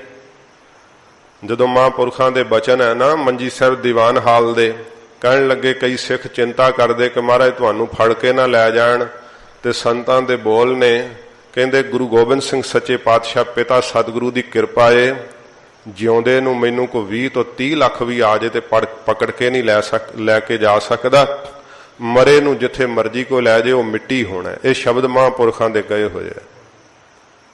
ਜਿਉਂਦੇ ਨੂੰ ਕਹਿੰਦੇ ਮੈਨੂੰ ਕੋਈ ਪਕੜ ਕੇ ਨਹੀਂ ਲੈ ਕੇ ਜਾ ਸਕਦਾ, ਭਾਵੇਂ 20 ਦਾ 30 ਲੱਖ ਵੀ ਚੜ ਕੇ ਆ ਜੇ। ਤੇ ਬੋਲਦਿਆਂ ਬੋਲਦਿਆਂ ਨਿਮਰਤਾ ਨਾਲ ਗੁਰੂ ਗ੍ਰੰਥ ਸਾਹਿਬ ਜੀ ਵੱਲ ਹੱਥ ਜੋੜ ਕੇ ਕਿਹਾ, ਗੁਰੂ ਸਾਹਿਬ ਦੀ ਕਿਰਪਾ ਹੈ। ਇਹ ਮਹਾਰਾਜ ਦੀ ਕਿਰਪਾ ਉਹਨਾਂ ਦੇ ਮੁਖ ਤੋਂ ਬੋਲਦੀ ਸੀ। ਗੁਰੂ ਗੋਬਿੰਦ ਸਿੰਘ ਸੱਚੇ ਪਾਤਸ਼ਾਹ ਜੇ ਜੋ ਬਚਨ ਇਤਿਹਾਸ ਵਿੱਚ ਦੁਸ਼ਮਣਾਂ ਦੇ ਪ੍ਰਥਾਏ ਕਹੇ ਨਾ, ਉਹ ਗੁਰੂ ਗੋਬਿੰਦ ਸਿੰਘ ਸਾਹਿਬ ਜੀ ਮਹਾਰਾਜ ਦੀ ਪ੍ਰਤੱਖ ਸ਼ਕਤੀ, ਉਹਨਾਂ ਦੀ ਰਸਨਾ ਤੋਂ ਬੋਲਦੀ ਕੌਮ ਨੇ ਸੁਣੀ ਕੰਨਾਂ ਨਾਲ। ਅੱਜ ਵੀ ਸੁਣਦੇ ਆ ਨੌਜਵਾਨ, ਜਿਨ੍ਹਾਂ ਨੂੰ ਪ੍ਰੀਤ ਹੈ ਉਹਨਾਂ ਦੇ ਬਚਨਾਂ ਨਾਲ। ਤੇ ਸਾਧ ਸੰਗਤ ਜੀ, ਜਰਨਲ ਸਾਹਿਬ ਦੇ ਸਰੀਰ ਨੂੰ ਰੱਸਿਆਂ ਨਾਲ ਘਸੀਟ ਕੇ ਅਕਾਲ ਤਖਤ ਸਾਹਿਬ ਦੇ ਤਹਿਖਾਨੇ ਚੋਂ ਬਾਹਰ ਕੱਢਿਆ ਗਿਆ। ਜਦੋਂ ਬਾਹਰ ਕੱਢਿਆ ਤੇ ਉਹ ਜਰਨਲ ਸੁਬੇਗ ਸਿੰਘ ਸਾਹਿਬ, ਜਿਨ੍ਹਾਂ ਨੇ 90,000 ਪਾਕਿਸਤਾਨੀ ਫੌਜ ਦੇ ਹਥਿਆਰ ਸਟਾਏ ਸੀ ਤੇ ਦੁਸ਼ਮਣ ਦੇ ਮਰੇ ਹੋਏ ਜਰਨਲਾਂ ਦਾ ਸਤਿਕਾਰ ਕੀਤਾ ਸੀ, ਕਿਹਾ ਸੀ ਜਿਹੜਾ ਕੋਈ ਫੌਜ ਦਾ ਸਿਪਾਹੀ ਜਾਂ ਜਰਨਲ ਸ਼ਹੀਦ ਹੁੰਦਾ ਮੈਦਾਨੇ ਜੰਗ ਦੇ ਅੰਦਰ, ਉਹਦਾ ਸਰਕਾਰੀ ਸਨਮਾਨ ਕੀਤਾ ਜਾਏ, ਚਾਹੇ ਉਹ ਦੁਸ਼ਮਣ ਦੀ ਫੌਜ ਦਾ ਜਰਨਲ ਕਿਉਂ ਨਾ ਹੋਵੇ। ਐਡਾ ਅਖਲਾਕ ਸੀ ਜਰਨਲ ਸਾਹਿਬ ਦਾ ਉੱਚਾ। ਅੱਜ ਸਾਧ ਸੰਗਤ ਜੀ, ਅੱਜ 6 ਜੂਨ ਦਾ ਦਿਨ ਸੰਸਾਰ ਨੇ ਵੇਖਿਆ ਜਰਨਲ ਸਾਹਿਬ ਦੇ ਸਰੀਰ ਨੂੰ ਠੁੱਡੇ ਮਾਰੇ ਸੀ। ਭਾਵੇਂ ਕਿ ਉਹ ਸ਼ਹੀਦ ਹੋ ਚੁੱਕੇ ਸਨ, ਪਰ ਫਿਰ ਵੀ ਫੌਜ ਨੇ ਦਰਿੰਦਗੀ ਦਾ ਸਬੂਤ ਦਿੱਤਾ। ਜਰਨਲ ਸਾਹਿਬ ਦੇ ਸਰੀਰ ਨੂੰ ਜਿੱਥੇ ਠੁੱਡੇ ਮਾਰੇ ਗਏ, ਉਹਨਾਂ ਦੇ ਸਰੀਰ ਦੇ ਉੱਤੇ, ਮ੍ਰਿਤਕ ਸਰੀਰ ਦੇ ਉੱਤੇ, ਸ਼ਹੀਦ ਸਰੀਰ ਦੇ ਉੱਤੇ ਥੁੱਕਿਆ ਤੱਕ ਗਿਆ। ਇਹੋ ਜੀ ਬੇਰੁਮਤੀ ਕੀਤੀ, ਪਰ ਉਹ ਸ਼ਹੀਦ ਇਹਨਾਂ ਨਰਾਦਰਾਂ ਤੋਂ ਉੱਪਰ ਉੱਠ ਜਾਂਦੇ ਆ। ਉਹਨਾਂ ਨੂੰ ਦੇਹੀ ਦਾ ਨਰਾਦਰ ਤਾਂ ਕਰ ਰਹੇ ਸੀ, ਸੰਸਾਰ ਵੇਖ ਰਿਹਾ ਸੀ ਕਿ ਇਹਨਾਂ ਦੇ ਅੰਦਰ ਕਿੰਨੀ ਦਰਿੰਦਗੀ ਹੈ, ਕਿਹੋ ਜਿਹੇ ਇਹਨਾਂ ਦੇ ਅਖਲਾਕ ਹੋਣਗੇ। ਜਿਸ ਦੇਸ਼ ਦੇ ਵਾਸਤੇ ਏਡਾ ਸ਼ਾਨਾ ਮੱਤਾ ਇਤਿਹਾਸ ਰਚਿਆ, ਉਸ ਦੇਸ਼ ਦੀ ਫੌਜ ਦੇ ਸਿਪਾਹੀਆਂ ਨੇ ਜਰਨਲ ਸਾਹਿਬ ਦੇ ਸਰੀਰ ਦਾ ਏਡਾ ਵੱਡਾ ਨਰਾਦਰ ਕੀਤਾ। ਤੇ ਜਿਹੜੇ ਚਸ਼ਮਦੀਦ ਨੇ ਉਸ ਸਮੇਂ ਦੇ, ਉਹਨਾਂ ਵਿੱਚੋਂ ਕੁਝ ਸਰੀਰ ਜਿਹੜੇ ਬਚੇ ਹੋਏ, ਸਾਧ ਸੰਗਤ ਜੀ, ਮਹਾਂਪੁਰਖਾਂ ਨੇ ਅੱਜ 6 ਜੂਨ ਦੇ ਦਿਨ, ਭਾਵੇਂ ਕਿ ਕਈ ਵਧਾ ਚੜਾ ਕੇ ਵੀ ਬਹੁਤ ਸਾਰਾ ਦੱਸਦੇ ਐ, ਜਿਹੜੇ ਕੋਈ ਮੌਕੇ ਤੇ ਇੱਕ ਦੋ ਇਹੋ ਜਿਹਾ ਸਬੂਤ ਦਿੰਦੇ ਐ। ਤੇ ਸਾਧ ਸੰਗਤ ਜੀ, ਜਿਹੜਾ ਹੈ ਕਿਸੇ ਵੀ ਗੱਲ ਨੂੰ ਜ਼ਿਆਦਾ ਵਧਾ ਕਰਕੇ ਦੱਸਣ ਨਾਲ ਉਹਨਾਂ ਦਾ ਖਿਆਲ ਹੁੰਦਾ ਹੈ ਕਿ ਮੈਂ ਜਿਹੜਾ ਹੈ ਨਾਇਕ ਦੀ ਤਰ੍ਹਾਂ ਆਪਣੇ ਆਪ ਨੂੰ ਪੇਸ਼ ਕਰਾਂ ਕਿ ਸਿੱਖ ਖੁਸ਼ ਹੋਣ, ਤੇ ਸੰਤਾਂ ਦੇ ਨਾਲ ਆਪ ਦੀ ਗੱਲਬਾਤ ਕੋਲੋਂ ਵੀ ਜੋੜ ਕਰਕੇ ਦੱਸਣ ਦਾ ਕਈਆਂ ਯਤਨ ਕੀਤਾ। ਪਰ ਜਿਹੜੇ ਸੰਗੀ ਸਨ ਨਾ ਮਹਾਂਪੁਰਖਾਂ ਦੇ, ਉਹਨਾਂ ਨੂੰ ਮਹਾਂਪੁਰਖਾਂ ਦੇ ਸੁਭਾਅ ਬਾਰੇ ਪੁੱਛੋ, ਕਹਿੰਦੇ ਇੰਨਾ ਦਿਆਲੂ ਸੁਭਾਅ ਸੀ ਮਹਾਂਪੁਰਖਾਂ ਦਾ, ਇੰਨੀ ਨਿਮਰਤਾ ਸੀਗੀ। ਜਦੋਂ ਇਹ ਮੋਰਚਾ ਸ਼ੁਰੂ ਹੋਣਾ ਸੀ ਨਾ, ਸਾਰੇ ਸਿੰਘਾਂ ਨੂੰ ਇਕੱਠਿਆਂ ਕਰਕੇ ਕਿਹਾ ਸੀ, ਸਿੰਘੋ ਤੁਸੀਂ ਸਾਰੇ ਸਤਿਕਾਰਯੋਗ ਹੋ, ਇਹ ਜ਼ਿੰਦਗੀ ਦੀ ਨਈਆ ਗੁਰੂ ਰਾਮਦਾਸ ਸਾਹਿਬ ਜਾਣਦੇ ਆ ਕਦੋਂ ਤੱਕ ਚੱਲੇਗੀ, ਪਰ ਅਸੀਂ ਬੜੇ ਵਡਭਾਗੀ ਹਾਂ। ਪਰ ਮੈਂ ਆਪਣੇ ਵੱਲੋਂ ਬੇਨਤੀ ਕਰਨ ਲਈ ਤੁਹਾਨੂੰ ਇਕੱਠਿਆਂ ਕੀਤਾ ਕਿ ਜ਼ਿੰਮੇਵਾਰੀ ਨਿਭਾਉਂਦਿਆਂ ਹੋਇਆਂ ਮੇਰੇ ਕੋਲੋਂ ਕਿਸੇ ਨੂੰ ਕੌੜਾ ਬੋਲਿਆ ਗਿਆ ਹੋਵੇ, ਕਿਸੇ ਨੂੰ ਫਿੱਕਾ ਬੋਲਿਆ ਗਿਆ ਹੋਵੇ, ਤੇ ਮੈਨੂੰ ਖਾਲਸਾ ਜੀ ਮਾਫ ਕਰਿਓ। ਇਹ ਸ਼ਬਦ ਮਹਾਂਪੁਰਖਾਂ ਨੇ ਆਖਰੀ ਵਾਰ ਸਿੰਘਾਂ ਨੂੰ ਨਿਮਰਤਾ ਨਾਲ ਕਹੇ ਸੀਗੇ, ਜਿਨ੍ਹਾਂ ਦੀ ਬਾਬਤ ਦੁਸ਼ਮਣ ਕਹਿੰਦੇ ਆ ਕਿ ਗਰਮ ਬੋਲਦੇ ਸੀ, ਪੁਆੜਾ ਪਾਉਣਾ ਚਾਹੁੰਦੇ ਸੀ। ਜੇ ਉਹਨਾਂ ਦੇ ਨਿਕਟਵਰਤੀਆਂ ਨੂੰ ਪੁੱਛੋ ਤੇ ਬਹੁਤ ਦਇਆ ਵਾਲਾ ਸੁਭਾਅ ਸੀ ਮਹਾਂਪੁਰਖਾਂ ਦਾ, ਬੜੀ ਨਿਮਰਤਾ ਵਾਲਾ ਸੁਭਾਅ ਸੀ। ਤੇ ਇਹ ਵੀ ਦੱਸਦੇ ਸੀ ਕਿ ਮਸਤਕ ਤੇ ਪ੍ਰਤਾਪ ਇੰਨਾ ਸੀ, ਜਿਹੜਾ ਨੇਤਰਾਂ ਵਿੱਚ ਨੂਰ ਇਹੋ ਜਿਹਾ, ਕਸ਼ਿਸ਼ ਇਹੋ ਜਿਹੀ ਸੀ ਕਿ ਮਹਾਂਪੁਰਖਾਂ ਨਾਲ ਹਾਰੀ ਸਾਰੀ ਗੱਲ ਨਹੀਂ ਸੀ ਕਰ ਸਕਦਾ। ਉਹ ਆਪ ਹੀ ਹਾਸ ਰਸ ਵਿੱਚ ਪ੍ਰੇਮ ਦੇ ਨਾਲ ਸਿੰਘਾਂ ਨਾਲ ਦੋਸਤਾਨਾ ਗੱਲਾਂ ਬਾਤਾਂ ਕਰਿਆ ਕਰਦੇ, ਪਰ ਕਹਿੰਦੇ ਉਹਨਾਂ ਦੇ ਪ੍ਰਤਾਪ ਅੱਗੇ ਇਹੋ ਜਿਹਾ ਉਹਨਾਂ ਦਾ ਜ਼ਬਾ ਸੀ ਕਿ ਕੋਲ ਨਿਕਟਵਰਤੀ ਰਹਿੰਦੇ ਵੀ ਕਹਿੰਦੇ ਕਿ ਸਾਡਾ ਹੌਸਲਾ ਨਹੀਂ ਸੀ ਪੈਂਦਾ ਉਹਨਾਂ ਨਾਲ ਛੇਤੀ ਗੱਲ ਕਰਨ ਨੂੰ। ਇਹ ਸਤਿਗੁਰੂ ਜੀ ਦੀ ਬਾਣੀ ਦਾ ਪ੍ਰਤਾਪ ਹੈ, ਇਹ ਨਾਮ ਦੀ ਬੰਦਗੀ ਦਾ ਪ੍ਰਤਾਪ ਹੈ ਸਾਧ ਸੰਗਤ ਜੀ। ਜਿਹੜਾ ਟਕਸਾਲ ਦੀਆਂ ਰਵਾਇਤਾਂ ਨੇ, ਉਹਨਾਂ ਰਵਾਇਤਾਂ ਦੇ ਮੁਤਾਬਕ ਮਹਾਂਪੁਰਖਾਂ ਨੇ ਜੀਵਨ ਜੀਵਿਆ। ਤੇ ਜਦੋਂ ਮਹਾਂਪੁਰਖਾਂ ਨੇ ਇਹ ਵਕਤ ਵੇਖਿਆ ਤੇ ਉਸ ਸਮੇਂ ਇਹ ਦੱਸਣ ਵਾਲਿਆਂ ਨੇ ਦੱਸਿਆ ਕਿ ਮਹਾਂਪੁਰਖਾਂ ਨੇ ਇੱਕ ਵਾਰੀ ਜਿਹੜਾ ਸ੍ਰੀ ਅਕਾਲ ਤਖਤ ਸਾਹਿਬ ਦੇ ਤਹਿਖਾਨੇ ਵਿੱਚ ਖੂਹ ਹੈ, ਅੰਮ੍ਰਿਤ ਵੇਲੇ ਉਸ ਖੂਹ ਦੇ ਜਲ ਨਾਲ ਇਸ਼ਨਾਨ ਕੀਤਾ, ਆਪਦਾ ਨਿਤਨੇਮ ਕੀਤਾ ਜਿਹੜਾ ਰੋਜ਼ ਨਿਯਮ ਕਰਦੇ ਸੀਗੇ। ਫਿਰ ਜਿੰਨੇ ਸਿੰਘ ਸੀਗੇ ਨਾਲ, ਉਹ ਹਥਿਆਰਾਂ ਨਾਲ ਸਾਰੇ ਲੈਸ਼ ਹੋ ਕੇ ਕੋਠਾ ਸਾਹਿਬ ਦੇ ਅੰਦਰ ਆਏ। ਤੇ ਕੋਠਾ ਸਾਹਿਬ ਵਿੱਚ ਮਹਾਂਪੁਰਖਾਂ ਨੇ ਅਰਦਾਸ ਕੀਤੀ ਹੈ ਗੁਰੂ ਹਰਗੋਬਿੰਦ ਸਾਹਿਬ ਸੱਚੇ ਪਾਤਸ਼ਾਹ ਦੇ ਚਰਨਾਂ ਵਿੱਚ। 10 ਪਾਤਸ਼ਾਹੀਆਂ ਦਾ ਨਾਮ ਲੈ ਕੇ ਮਹਾਂਪੁਰਖਾਂ ਨੇ ਅਰਦਾਸ ਰੂਪ ਵਿੱਚ ਬੇਨਤੀ ਦੇ ਸ਼ਬਦ ਕਹੇ ਆ, ਸੱਚੇ ਪਾਤਸ਼ਾਹ ਜਿੰਨਾ ਚਿਰ ਆਪ ਦੀ ਕੌਮ ਆਜ਼ਾਦ ਨਹੀਂ ਹੁੰਦੀ, ਬਾਰ-ਬਾਰ ਮੈਂ ਧਰਤੀ ਤੇ ਜਨਮ ਲਵਾਂ। ਇਹ ਸ਼ਬਦ ਉਹਨਾਂ ਦੇ ਆਖਰੀ ਵਾਰ ਮੁਖ ਤੋਂ ਕਹੇ ਹੋਏ। ਤੇ ਜਿਸ ਵਕਤ ਮਹਾਂਪੁਰਖ ਫਿਰ ਸ੍ਰੀ ਅਕਾਲ ਤਖਤ ਸਾਹਿਬ ਦੀਆਂ ਪੌੜੀਆਂ ਜਥੇਦਾਰ ਨੇ, ਅੱਗੇ ਗੋਲੀਆਂ ਤੇ ਗੋਲਿਆਂ ਦੀ ਬਾਛੜ ਹੋ ਰਹੀ ਹੈ। ਇਹ ਉਹੋ ਹੀ ਸ੍ਰੀ ਅਕਾਲ ਤਖਤ ਸਾਹਿਬ ਹੈ ਜਿੱਥੇ ਕਦੇ ਦਮਦਮੀ ਟਕਸਾਲ ਦੇ ਦੂਸਰੇ ਮੁਖੀ ਨੇ, ਬਾਬਾ ਗੁਰਬਖਸ਼ ਸਿੰਘ ਨੇ ਤੋਪਾਂ ਦੇ ਗੋਲਿਆਂ ਅੱਗੇ ਛਾਤੀ ਡਾਹੀ ਸੀ।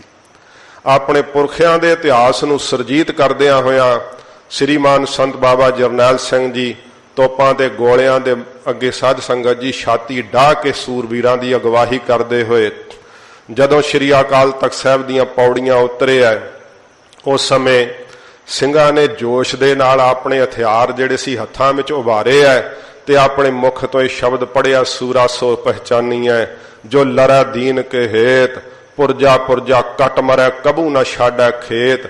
इउं लग रहा सी जिवें उन्हां दा शहीद होण नूं मन काला पै रहा होवे। फौज परकरमा विच उतर चुकी है। दू बदू लड़ाई का नज़ारा उस समय वेखण नूं मिलिया। अमर शहीद भाई अमरीक सिंह जी उत्थे शहीद हुंदे है। बहुत भारी गोलियां दा बरसट उन्हां दे आ करके वजदा है। फिर भी जिन्ना चिर शरीर दे अंदर सवास सी भाई साहब ने थमले का आसरा लै करके गोलियां आप दी गन चो चलाइयां। जिन्ना चिर के शरीर बेसुरत नहीं होया, शहादत का जाम नहीं पी गए, उन्ना चिर शस्त्र नहीं हथों छुटिया। बाबा थारा सिंह साहब जी का शहीद होना, फिर साध संगत जी ये भी जिक्र आया कि मुक्ता जी जिन्हां दा साध संगत जी ये कविता लिखण का सुभाव सीगा, हास रस दे बचन बाले करया करदे। कहते कि उन्होंने उतरन लग्या आपदे मूँह ते बाल्टी पाई। वो नाल दा सिंह कहंदा मुक्त्या तू बाल्टी पा ली है मूँह ते, कहंदे हुण मरना इत्थे ते जदों मेरे मूँह ते गोली वज गई ते वेखण वाले नूं किहनूं पता लगना कि मुक्ता शहीद होया पिया। कहंदे छाती च गोली वजेगी मूँह बच जाएगा ते आण के कोई वेखेगा बल्ले बल्ले भी मुक्ता भी शहीद होया इत्थे पिया। सारे हस पे। उस समय जदों शहादत दी देवी नूं वरना उदों भी हासे ते ठट्ठे कर रहा सी वो सिंह। किहो जिहा उन्हां दा हौसला बुलंद होवेगा ते उन्हां ने उत्थे शहीदी पाई है साध संगत जी। फिर एकदम धुआं धार होना, तोपां दे गोलियां दा मींह वरना। महापुरखां ने उस वरदी गोली विच मीरी पीरी दे निशान साहिबां दी परिक्रमा कीती है।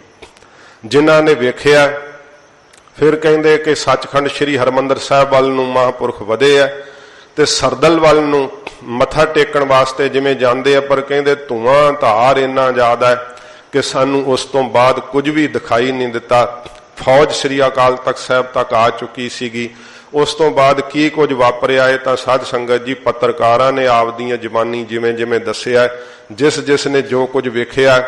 पर श्री अकाल तख्त साहब की इमारत सचखंड श्री हरमंदर साहब के अंदर श्री गुरु ग्रंथ साहब के सरूप अंदर वजियां गोलियां, लंगर साहब की इमारत, तेजा सिंह समुंदरी हाल की इमारत, ये तो कई महीनों तक दसदियां रहियां ने कि इत्थे की कुछ वापरिया, इत्थे की कुछ होया।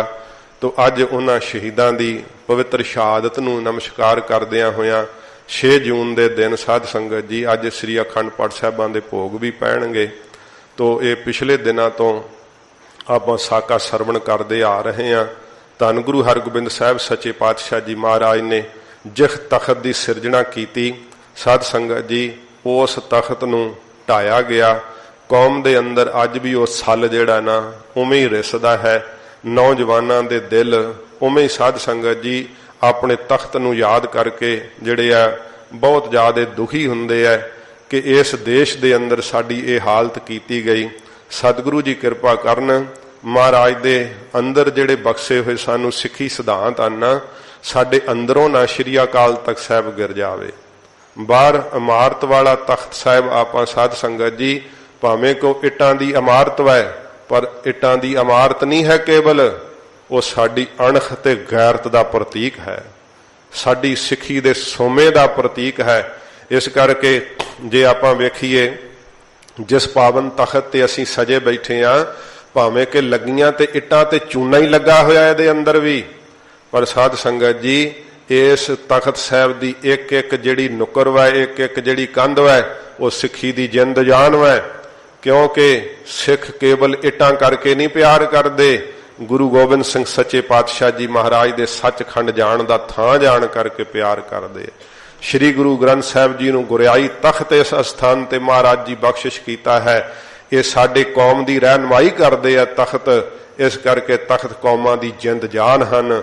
सच्चे पातशाह जी महाराज ने जो सानू सिੱਖੀ असूल दिते है, जो तख्तां तो साध संगत जी महाराज सच्चे पातशाह ने सानू साडे पुरखियां ने रहनुमाइयां दित्तियां ने, उन्हां रहनुमाइयां नूं सानू चेते करना चाहिदा है। अपने तख्त अस्थानां नाल जुड़ना चाहिदा है, बाणी बाणे नाल जुड़ना चाहिदा है, तां ही शहीदां नूं याद रखिया जा सकदा है। जे आपां सारियां बदफैलियां करिए ਤੇ ਸ਼ਹੀਦਾਂ ਦੇ ਵਾਰਸ ਨਹੀਂ ਬਣ ਸਕਦੇ। ਫਿਰ ਸਿੱਖੀ ਸਰੂਪ ਵਿੱਚ ਆਈਏ, ਖੰਡੇ ਬਾਟੇ ਦਾ ਅੰਮ੍ਰਿਤ ਛਕੀਏ, ਬਾਣੀ ਬਾਣੇ ਦੇ ਧਾਰਨੀ ਹੋਈਏ।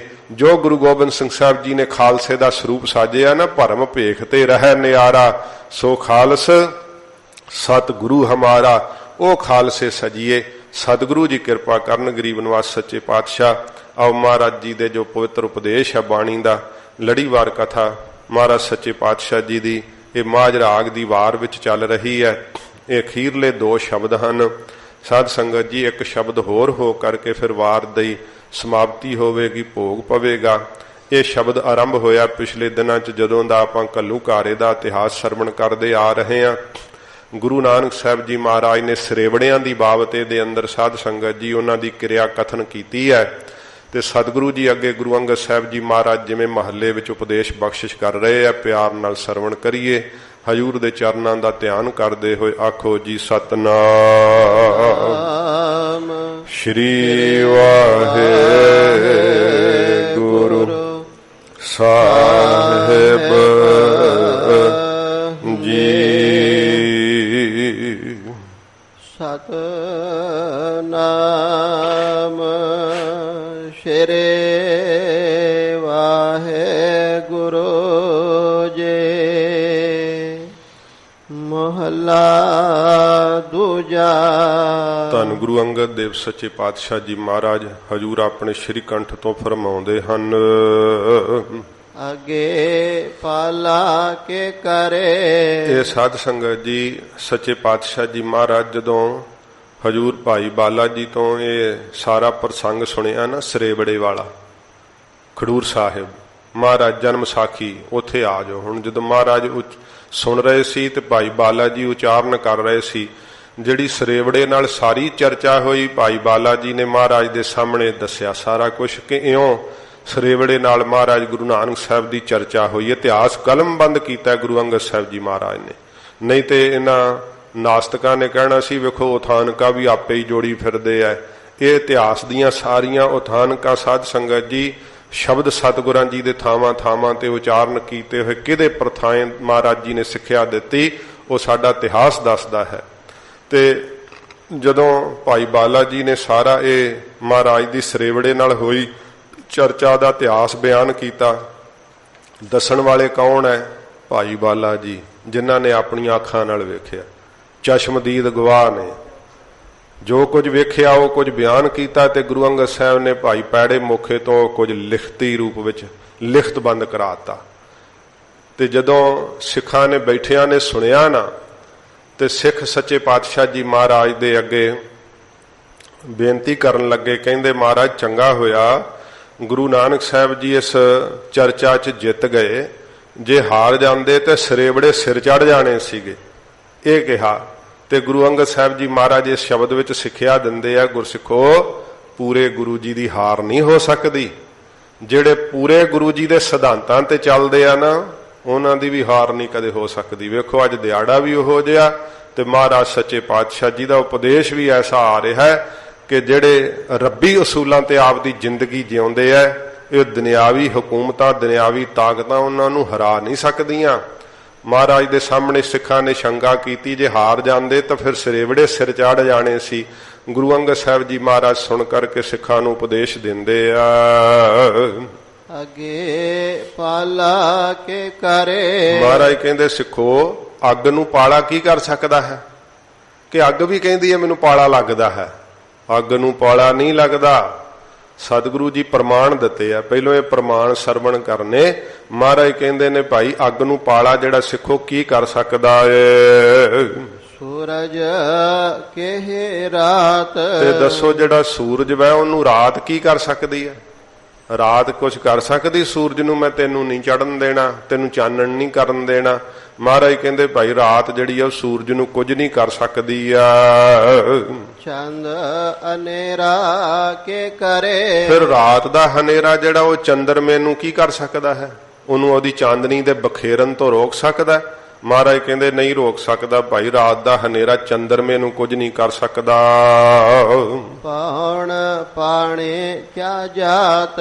ਤੇ ਜਿਹੜੀ ਜਾਤ ਹੈ ਚਾਹੇ ਅਜਾਤ ਹੈ, ਉਹ ਪੌਣ ਤੇ ਪਾਣੀ ਦਾ ਕੀ ਵਿਗੜ ਸਕਦਾ ਉਹਦੇ ਨਾਲ?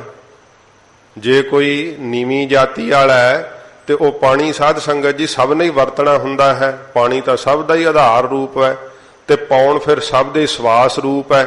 ਨੀਵੀਂ ਜਾਤ ਪੌਣ ਦਾ ਕੀ ਵਿਗਾੜ ਸਕਦੀ ਹੈ, ਪਾਣੀ ਦਾ ਕੀ ਵਿਗਾੜ ਸਕਦੀ ਹੈ। ਮਹਾਰਾਜ ਕਹਿੰਦੇ ਭਾਈ ਜਿਹੜਾ ਕੋਈ ਜਾਤ ਚਾਹੇ ਅਜਾਤ, ਪੌਣ ਪਾਣੀ ਪਵਿੱਤਰ ਹਨ। ਇਉਂ ਮਹਾਰਾਜ ਕਹਿੰਦੇ ਭਾਈ ਜਾਤੀ ਜਾਂ ਅਜਾਤੀ ਜਿਹੜੀ ਹੈ ਨੀਵੀਂ ਜਾਤ, ਪੌਣ ਤੇ ਪਾਣੀ ਦਾ ਕੁਝ ਨਹੀਂ ਵਿਗਾੜ ਸਕਦੇ। ਧਰਤੇ ਚੀਜੇ ਕੇ ਕਰੇ, ਜਿਹੜੀ ਧਰਤੀ ਆ ਉਹਨੂੰ ਚੀਜੀ ਵਸਤੂ ਜਿਹੜੀ ਆ ਕੋਈ ਕੀ ਅਰਪਣ ਕਰ ਸਕਦਾ, ਕੋਈ ਪਦਾਰਥ। ਜਿਸ ਵਿੱਚ ਸਭ ਕੁਛ ਹੋਏ, ਜਿਸ ਧਰਤੀ ਦੇ ਵਿੱਚੋਂ ਸਭ ਕੁਝ ਹੀ ਪੈਦਾ ਹੋ ਰਿਹਾ ਹੈ, ਧਰਤੀ ਨੂੰ ਕੋਈ ਕੀ ਅਰਪਣ ਕਰ ਸਕਦਾ ਹੈ? ਧਰਤੀ ਨੂੰ ਕੋਈ ਕੁਝ ਅਰਪਣ ਨਹੀਂ ਕਰ ਸਕਦਾ, ਸਗੋਂ ਧਰਤੀ ਕੋਲੋਂ ਸਾਰੇ ਲੈਂਦੇ ਹੀ ਹੈ। ਮਹਾਰਾਜ ਕਹਿੰਦੇ ਭਾਈ ਜਿਸ ਦੇ ਧਰਤੀ ਦੇ ਅੰਦਰ ਤਾਂ ਸਭ ਕੁਝ ਹੀ ਉਪਜ ਰਿਹਾ, ਪੈਦਾ ਹੋ ਰਿਹਾ ਏ। ਨਾਨਕ ਤਾਂ ਪਤ ਜਾਣੀਐ, ਗੁਰੂ ਅੰਗਦ ਸਾਹਿਬ ਜੀ ਕਹਿੰਦੇ ਸਿੱਖੋ ਪਤ ਤਾਂ ਇੱਜ਼ਤ ਤਾਂ ਜਾਣੀ ਜਾਂਦੀ ਆ ਜਾਂ ਪਤ ਰੱਖਾ ਸੋਏ। ਜਦੋਂ ਆਪ ਹੀ ਨਿਰੰਕਾਰ ਇੱਜ਼ਤ ਰੱਖਦਾ ਨਾ, ਪਤ ਰੱਖਦਾ ਹੈ, ਮਹਾਰਾਜ ਕਹਿੰਦੇ ਉਦੋਂ ਇੱਜ਼ਤ ਬਣਾਉਂਦੀ ਹੈ। ਤੇ ਬ੍ਰਹਮ ਸਰੂਪ ਆਪ ਗੁਰੂ ਨਾਨਕ ਸਾਹਿਬ ਨੇ ਜਿਹੜੇ ਸਭ ਦੀ ਇੱਜ਼ਤ ਪਰਦਾ ਢੱਕਣ ਵਾਲੇ ਐ, ਗੁਰੂ ਸਾਹਿਬ ਜੀ ਨੂੰ ਕੌਣ ਹਰਾ ਸਕਦਾ ਹੈ? ਤੋ ਮਹਾਰਾਜ ਸੱਚੇ ਪਾਤਸ਼ਾਹ ਜੀ ਅੰਤਰੀਵ ਜੋ ਸਤਿਗੁਰੂ ਜੀ ਬਖਸ਼ਿਸ਼ ਕਰਦੇ ਹਨ, ਉਹ ਸਮਝਣਾ ਇਹ ਦਾ ਦ੍ਰਿਸ਼ਟਾਂਤ। ਅੱਗੇ ਪਾਲਾ ਕੇ ਕਰੇ, ਮਹਾਰਾਜ ਕਹਿੰਦੇ ਸਿੱਖੋ ਗੁਰੂ ਨਾਨਕ ਸਾਹਿਬ ਦੇ ਅੰਦਰ ਤਾਂ ਬ੍ਰਹਮ ਵਿਦਿਆ ਦੀ ਅਗਨੀ ਪ੍ਰਚੰਡ ਹੈ। ਗੁਰੂ ਨਾਨਕ ਸਾਹਿਬ ਜੀ ਦੀ ਉਹ ਸਾਧ ਸੰਗਤ ਜੀ ਬ੍ਰਹਮ ਵਿਦਿਆ ਦੀ ਅਗਨੀ ਹੈ ਅੰਦਰ, ਜਿਸ ਦੇ ਵਿੱਚ ਸਾਰੀ ਦੁਨੀਆ ਦੇ ਪਾਪ ਸਾੜ ਕੇ ਭਸਮ ਕਰ ਦਿੱਤੇ ਗੁਰੂ ਨਾਨਕ ਸਾਹਿਬ ਜੀ ਨੇ। ਜਿਸ ਅਗਨੀ ਦੇ ਅੱਗੇ ਸਾਧ ਸੰਗਤ ਜੀ ਕਿਸੇ ਜਾਦੂ ਟੂਣੇ ਦਾ ਜ਼ੋਰ ਨਹੀਂ ਚੱਲਿਆ, ਨੂਰ ਸ਼ਾਹ ਵਰਗੀਆਂ ਦਾ ਕੋਈ ਦੇਵਲੂਤ ਰਾਖਸ਼ਾਂ ਦੀ ਤਾਕਤ ਨਹੀਂ ਚੱਲੀ। ਐਸੀ ਅਗਨੀ ਪ੍ਰਚੰਡ ਹੈ ਸੱਚੇ ਪਾਤਸ਼ਾਹ ਦੇ ਅੰਦਰ। ਕਾਂਸ਼ੀ ਦੇ ਪੰਡਤਾਂ ਦੀ ਨਹੀਂ ਜ਼ੋਰ ਚੱਲਿਆ, ਵੱਡੇ ਵੱਡੇ ਵਿਦਵਾਨਾਂ ਦਾ ਕੋਈ ਜ਼ੋਰ ਨਹੀਂ ਚੱਲਿਆ। ਸਤਿਗੁਰਾਂ ਜੀ ਦੇ ਅੰਦਰ ਇਹੋ ਜੀ ਬ੍ਰਹਮ ਵਿਦਿਆ ਦੀ ਅਗਨੀ ਪ੍ਰਚੰਡ ਹੈ। ਤੇ ਮਹਾਰਾਜ ਸੱਚੇ ਪਾਤਸ਼ਾਹ ਜੀ ਕਹਿੰਦੇ ਭਾਈ ਜਿਹੜਾ ਜੜਤਾ ਰੂਪੀ ਪਾਲਾ ਹੈ ਜਾਂ ਪਾਪਾਂ ਰੂਪੀ ਜਿਹੜਾ ਪਾਲਾ ਹੈ, ਉਹ ਗੁਰੂ ਨਾਨਕ ਸਾਹਿਬ ਦਾ ਭਾਈ ਕੀ ਵਿਗਾੜ ਸਕਦਾ, ਜਿਨ੍ਹਾਂ ਦੇ ਅੰਦਰ ਬ੍ਰਹਮ ਵਿਦਿਆ ਦੀ ਅਗਨੀ ਬਲ ਰਹੀ ਆ। ਸੂਰਜ ਕੇ ਰਾਤ, ਤੇ ਸੂਰਜ ਦੀ ਤਰ੍ਹਾਂ ਸਾਧ ਸੰਗਤ ਜੀ ਜਿਨ੍ਹਾਂ ਦੇ ਅੰਦਰ ਬ੍ਰਹਮ ਸਰੂਪ ਦਾ ਗਿਆਨ ਪ੍ਰਚੰਡ ਹੈ, ਕਿਉਂਕਿ ਆਪ ਸਤਿਗੁਰੂ ਜੀ ਬ੍ਰਹਮ ਸਰੂਪ ਹਨ। ਪਹਿਲਾਂ ਬ੍ਰਹਮ ਵਿਦਿਆ ਤੋਂ ਫਿਰ ਬ੍ਰਹਮ ਸਰੂਪ ਦਾ, ਕਿਉਂਕਿ ਸਤਿਗੁਰੂ ਜੀ ਆਪ ਬ੍ਰਹਮ ਸਰੂਪ ਹਨ। ਆਪ ਸੂਰਜ ਦੀ ਨਿਆਈ ਹੈ ਸੱਚੇ ਪਾਤਸ਼ਾਹ ਜੀ। ਤੇ ਜਿਵੇਂ ਸੂਰਜ ਨੂੰ ਰਾਤ ਕੀ ਕਰ ਸਕਦੀ ਹੈ, ਇਵੇਂ ਅਵਿਦਿਆ ਰੂਪੀ ਰਾਤ ਜਿਹੜੀ ਆ ਉਹ ਗੁਰੂ ਨਾਨਕ ਸਾਹਿਬ ਰੂਪੀ ਸੂਰਜ ਨੂੰ ਕੀ ਕਰ ਸਕਦੀ ਹੈ? ਉਹ ਤਾਂ ਭਾਈ ਸਾਹਿਬ ਨੇ ਆਖਿਆ ਹੀ ਹੈ ਕਿ ਜਿਉਂ ਕਰ ਸੂਰਜ ਨਿਕਲਿਆ ਤਾਰੇ ਛਪੇ ਅੰਧੇਰ ਪਲੋਆ। ਫਿਰ ਤਾਂ ਗੁਰੂ ਨਾਨਕ ਸਾਹਿਬ ਸੂਰਜਵਤ ਜਦੋਂ ਪ੍ਰਕਾਸ਼ ਕੀਤਾ ਹੈ, ਇਸ ਸੰਸਾਰ ਦੇ ਅੰਦਰ ਪਾਪਾਂ ਦੀ ਅਵਿਦਿਆ ਦੀ ਰਾਤ ਹੀ ਮਹਾਰਾਜ ਨਾਸ਼ ਕਰ ਦਿੱਤੀ। ਪਖੰਡੀ ਜਿਹੜੇ ਤਾਰਿਆਂ ਦੀ ਨਿਆਈ ਛੜੇਵੜਿਆਂ ਵਰਗੇ ਟਿਮਟਮਾ ਰਹੇ ਸੀ, ਸਭ ਅਲੋਪ ਹੋ ਗਏ। ਇਹੋ ਜਿਹੇ ਹਨ ਸਤਿਗੁਰੂ ਗੁਰੂ ਨਾਨਕ ਸਾਹਿਬ। ਮਹਾਰਾਜ ਨੂੰ ਕੌਣ ਹਰਾ ਸਕਦਾ ਹੈ? ਗੁਰੂ ਨਾਨਕ ਸਾਹਿਬ ਤਾਂ ਦਿਗਵਜਈ ਹੋਏ ਆ। ਭਾਈ ਗੁਰਦਾਸ ਜੀ ਨੇ ਕਿਹਾ ਕਿ ਗੜ ਬਗਦਾਦ ਨਵਾਏ ਕੈ ਮੱਕਾ ਮਦੀਨਾ ਆਣ ਨਵਾਇਆ। ਅੱਜ ਵੀ ਕੋਈ ਨਵਾ ਕੇ ਵੇਖੇ ਭਲਾ, ਪਰ ਮਹਾਰਾਜ ਸੱਚੇ ਪਾਤਸ਼ਾਹ ਜੀ ਨੇ ਨਵਾਇਆ। ਅੱਜ ਵੀ ਮੱਕੇ ਦੇ ਛੱਜੇ ਉਧਰ ਨੂੰ ਹੀ ਝੁਕੇ ਹੋਏ ਜਿੱਧਰ ਗੁਰੂ ਪਾਤਸ਼ਾਹ ਜੀ ਮਹਾਰਾਜ ਚਰਨ ਕੀਤੇ ਸੀ। ਅੱਜ ਵੀ ਸਜਦੇ ਕਰ ਰਿਹਾ ਮੱਕਾ ਗੁਰੂ ਨਾਨਕ ਸਾਹਿਬ ਦੇ ਚਰਨਾਂ ਦੇ ਉੱਤੇ।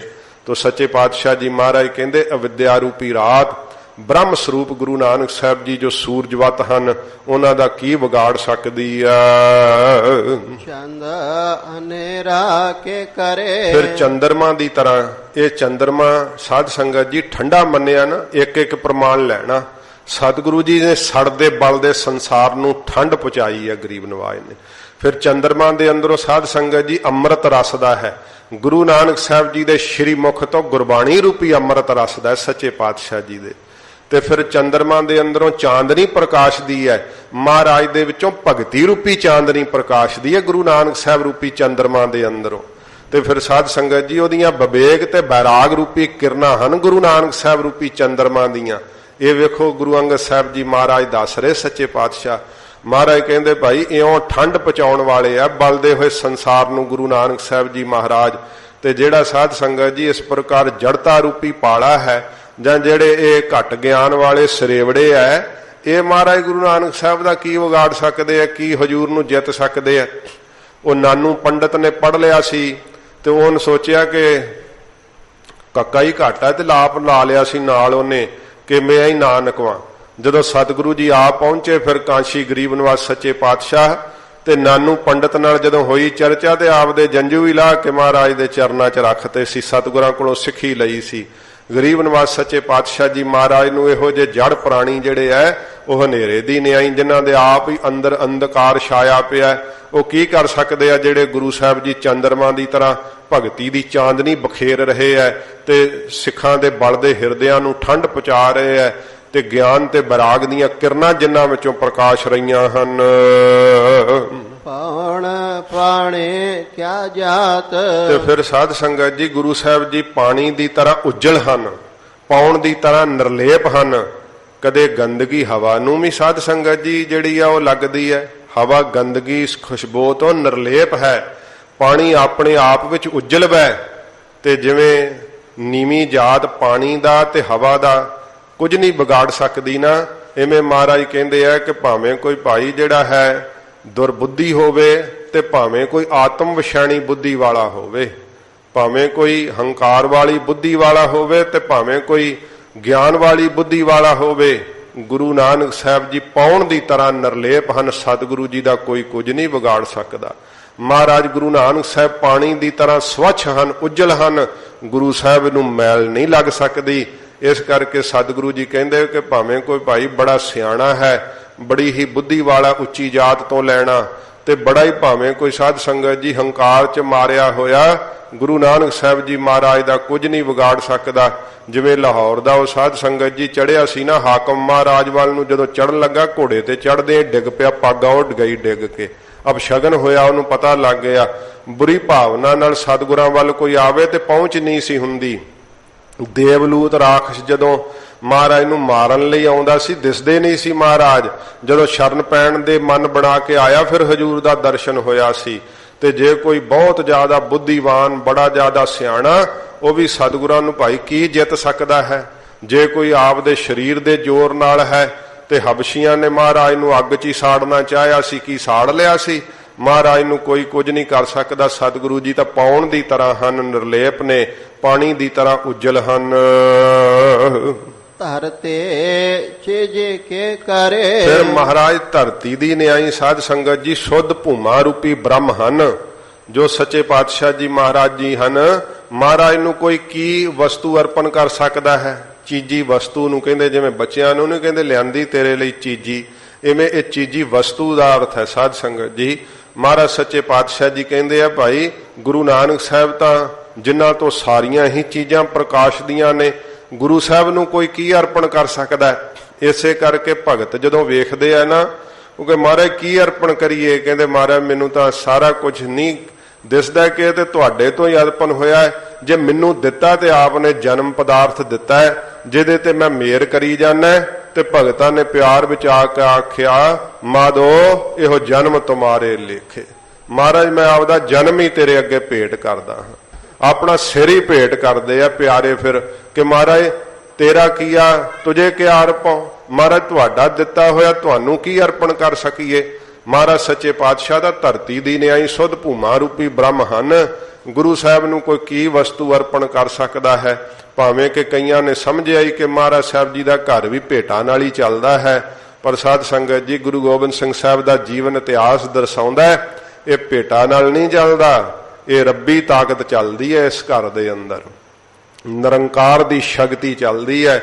ਪਰ ਭੁਲੇਖਾ ਨਾ ਗਾਫਲ ਜੀਆਂ ਨੂੰ, ਮਾਇਆ ਧਾਰੀਆਂ ਨੂੰ ਕਿ ਗੋਲਕ ਨਾਲ ਹੀ ਗੁਰੂ ਘਰ ਚੱਲਦਾ ਹੈ, ਪਰ ਇਹ ਗੁਰੂ ਨਾਨਕ ਸਾਹਿਬ ਦੀ ਰੱਬੀ ਸ਼ਕਤੀ ਨਾਲ ਸਾਰਾ ਕੁਝ ਚੱਲਦਾ ਹੈ। ਮਾਇਆ ਦਾਸੀ ਹੈ, ਮਹਾਰਾਜ ਦੇ ਚਰਨਾਂ ਦੀ ਸੇਵਾ ਕਰਨ ਆਉਂਦੀ ਆ। ਜਿਸ ਵਿੱਚ ਸਭ ਕੁਛ ਹੋਏ, ਜਿਨ੍ਹਾਂ ਸਤਿਗੁਰਾਂ ਦੇ ਵਿੱਚ ਸਭ ਕੁਝ ਹੈ, ਕਿਉਂਕਿ ਮਹਾਰਾਜ ਨਿਰਗੁਣ ਸਰੂਪ ਵੀ ਆਪ ਹੈ ਤੇ ਸਰਗੁਣ ਸਰੂਪ ਵੀ ਆਪ ਹੈ। ਤੇ ਫਿਰ ਮਹਾਰਾਜ ਤੋਂ ਹੀ ਸਾਧ ਸੰਗਤ ਜੀ ਮਾਇਆ ਸਬਲ ਈਸ਼ ਹੈ, ਮਹਾਰਾਜ ਤੋਂ ਹੀ ਅਲਪੱਗ ਜੀਵ ਹੈ। ਦੱਸੋ ਮਹਾਰਾਜ ਨੂੰ ਕੋਈ ਕੀ ਅਰਪਣ ਕਰ ਸਕਦਾ ਹੈ ਜੋ ਇਹ ਸਰੂਪ ਨੇ ਕਿ ਨਿਰਗੁਣ ਆਪ, ਸਰਗੁਣ ਭਿਓ ਹੀ, ਕਲਾ ਧਾਰ ਜਿਨ ਸਗਲੀ ਮੋਹੀ। ਐਸੇ ਸਤਿਗੁਰਾਂ ਨੂੰ ਕੋਈ ਕੀ ਅਰਪਣ ਕਰ ਸਕਦਾ ਹੈ। ਸਾਧ ਸੰਗਤ ਜੀ ਕੁਝ ਨਹੀਂ ਅਰਪਣ ਕੀਤਾ ਜਾ ਸਕਦਾ। ਸਤਿਗੁਰਾਂ ਦੇ ਅੱਗੇ ਬੇਨਤੀ ਕੀਤੀ ਜਾ ਸਕਦੀ ਹੈ, ਮਹਾਰਾਜ ਮੇਰਾ ਸਿਰ ਭੇਟਾ ਵਜੋਂ ਮਨਜ਼ੂਰ ਕਰ ਲਓ, ਇਹ ਵੀ ਤੁਹਾਡਾ ਹੀ ਦਿੱਤਾ ਹੈ, ਭਾਵੇਂ ਮਹਾਰਾਜ ਇਹਦੇ ਤੇ ਵੀ ਮੇਰੀ ਮਿਹਰ ਨਾ ਰਹੇ। ਇਹ ਸੱਚੇ ਪਾਤਸ਼ਾਹ ਜੀ ਕਹਿੰਦੇ ਭਾਈ ਗੁਰੂ ਨਾਨਕ ਸਾਹਿਬ ਨੂੰ ਕੀ ਕੋਈ ਅਰਪਣ ਕਰ ਸਕਦਾ ਹੈ? ਸਤਿਗੁਰੂ ਤਾਂ ਆਪ ਨਿਰਗੁਣ ਸਰਗੁਣ ਬ੍ਰਹਮ ਰੂਪ ਹਨ।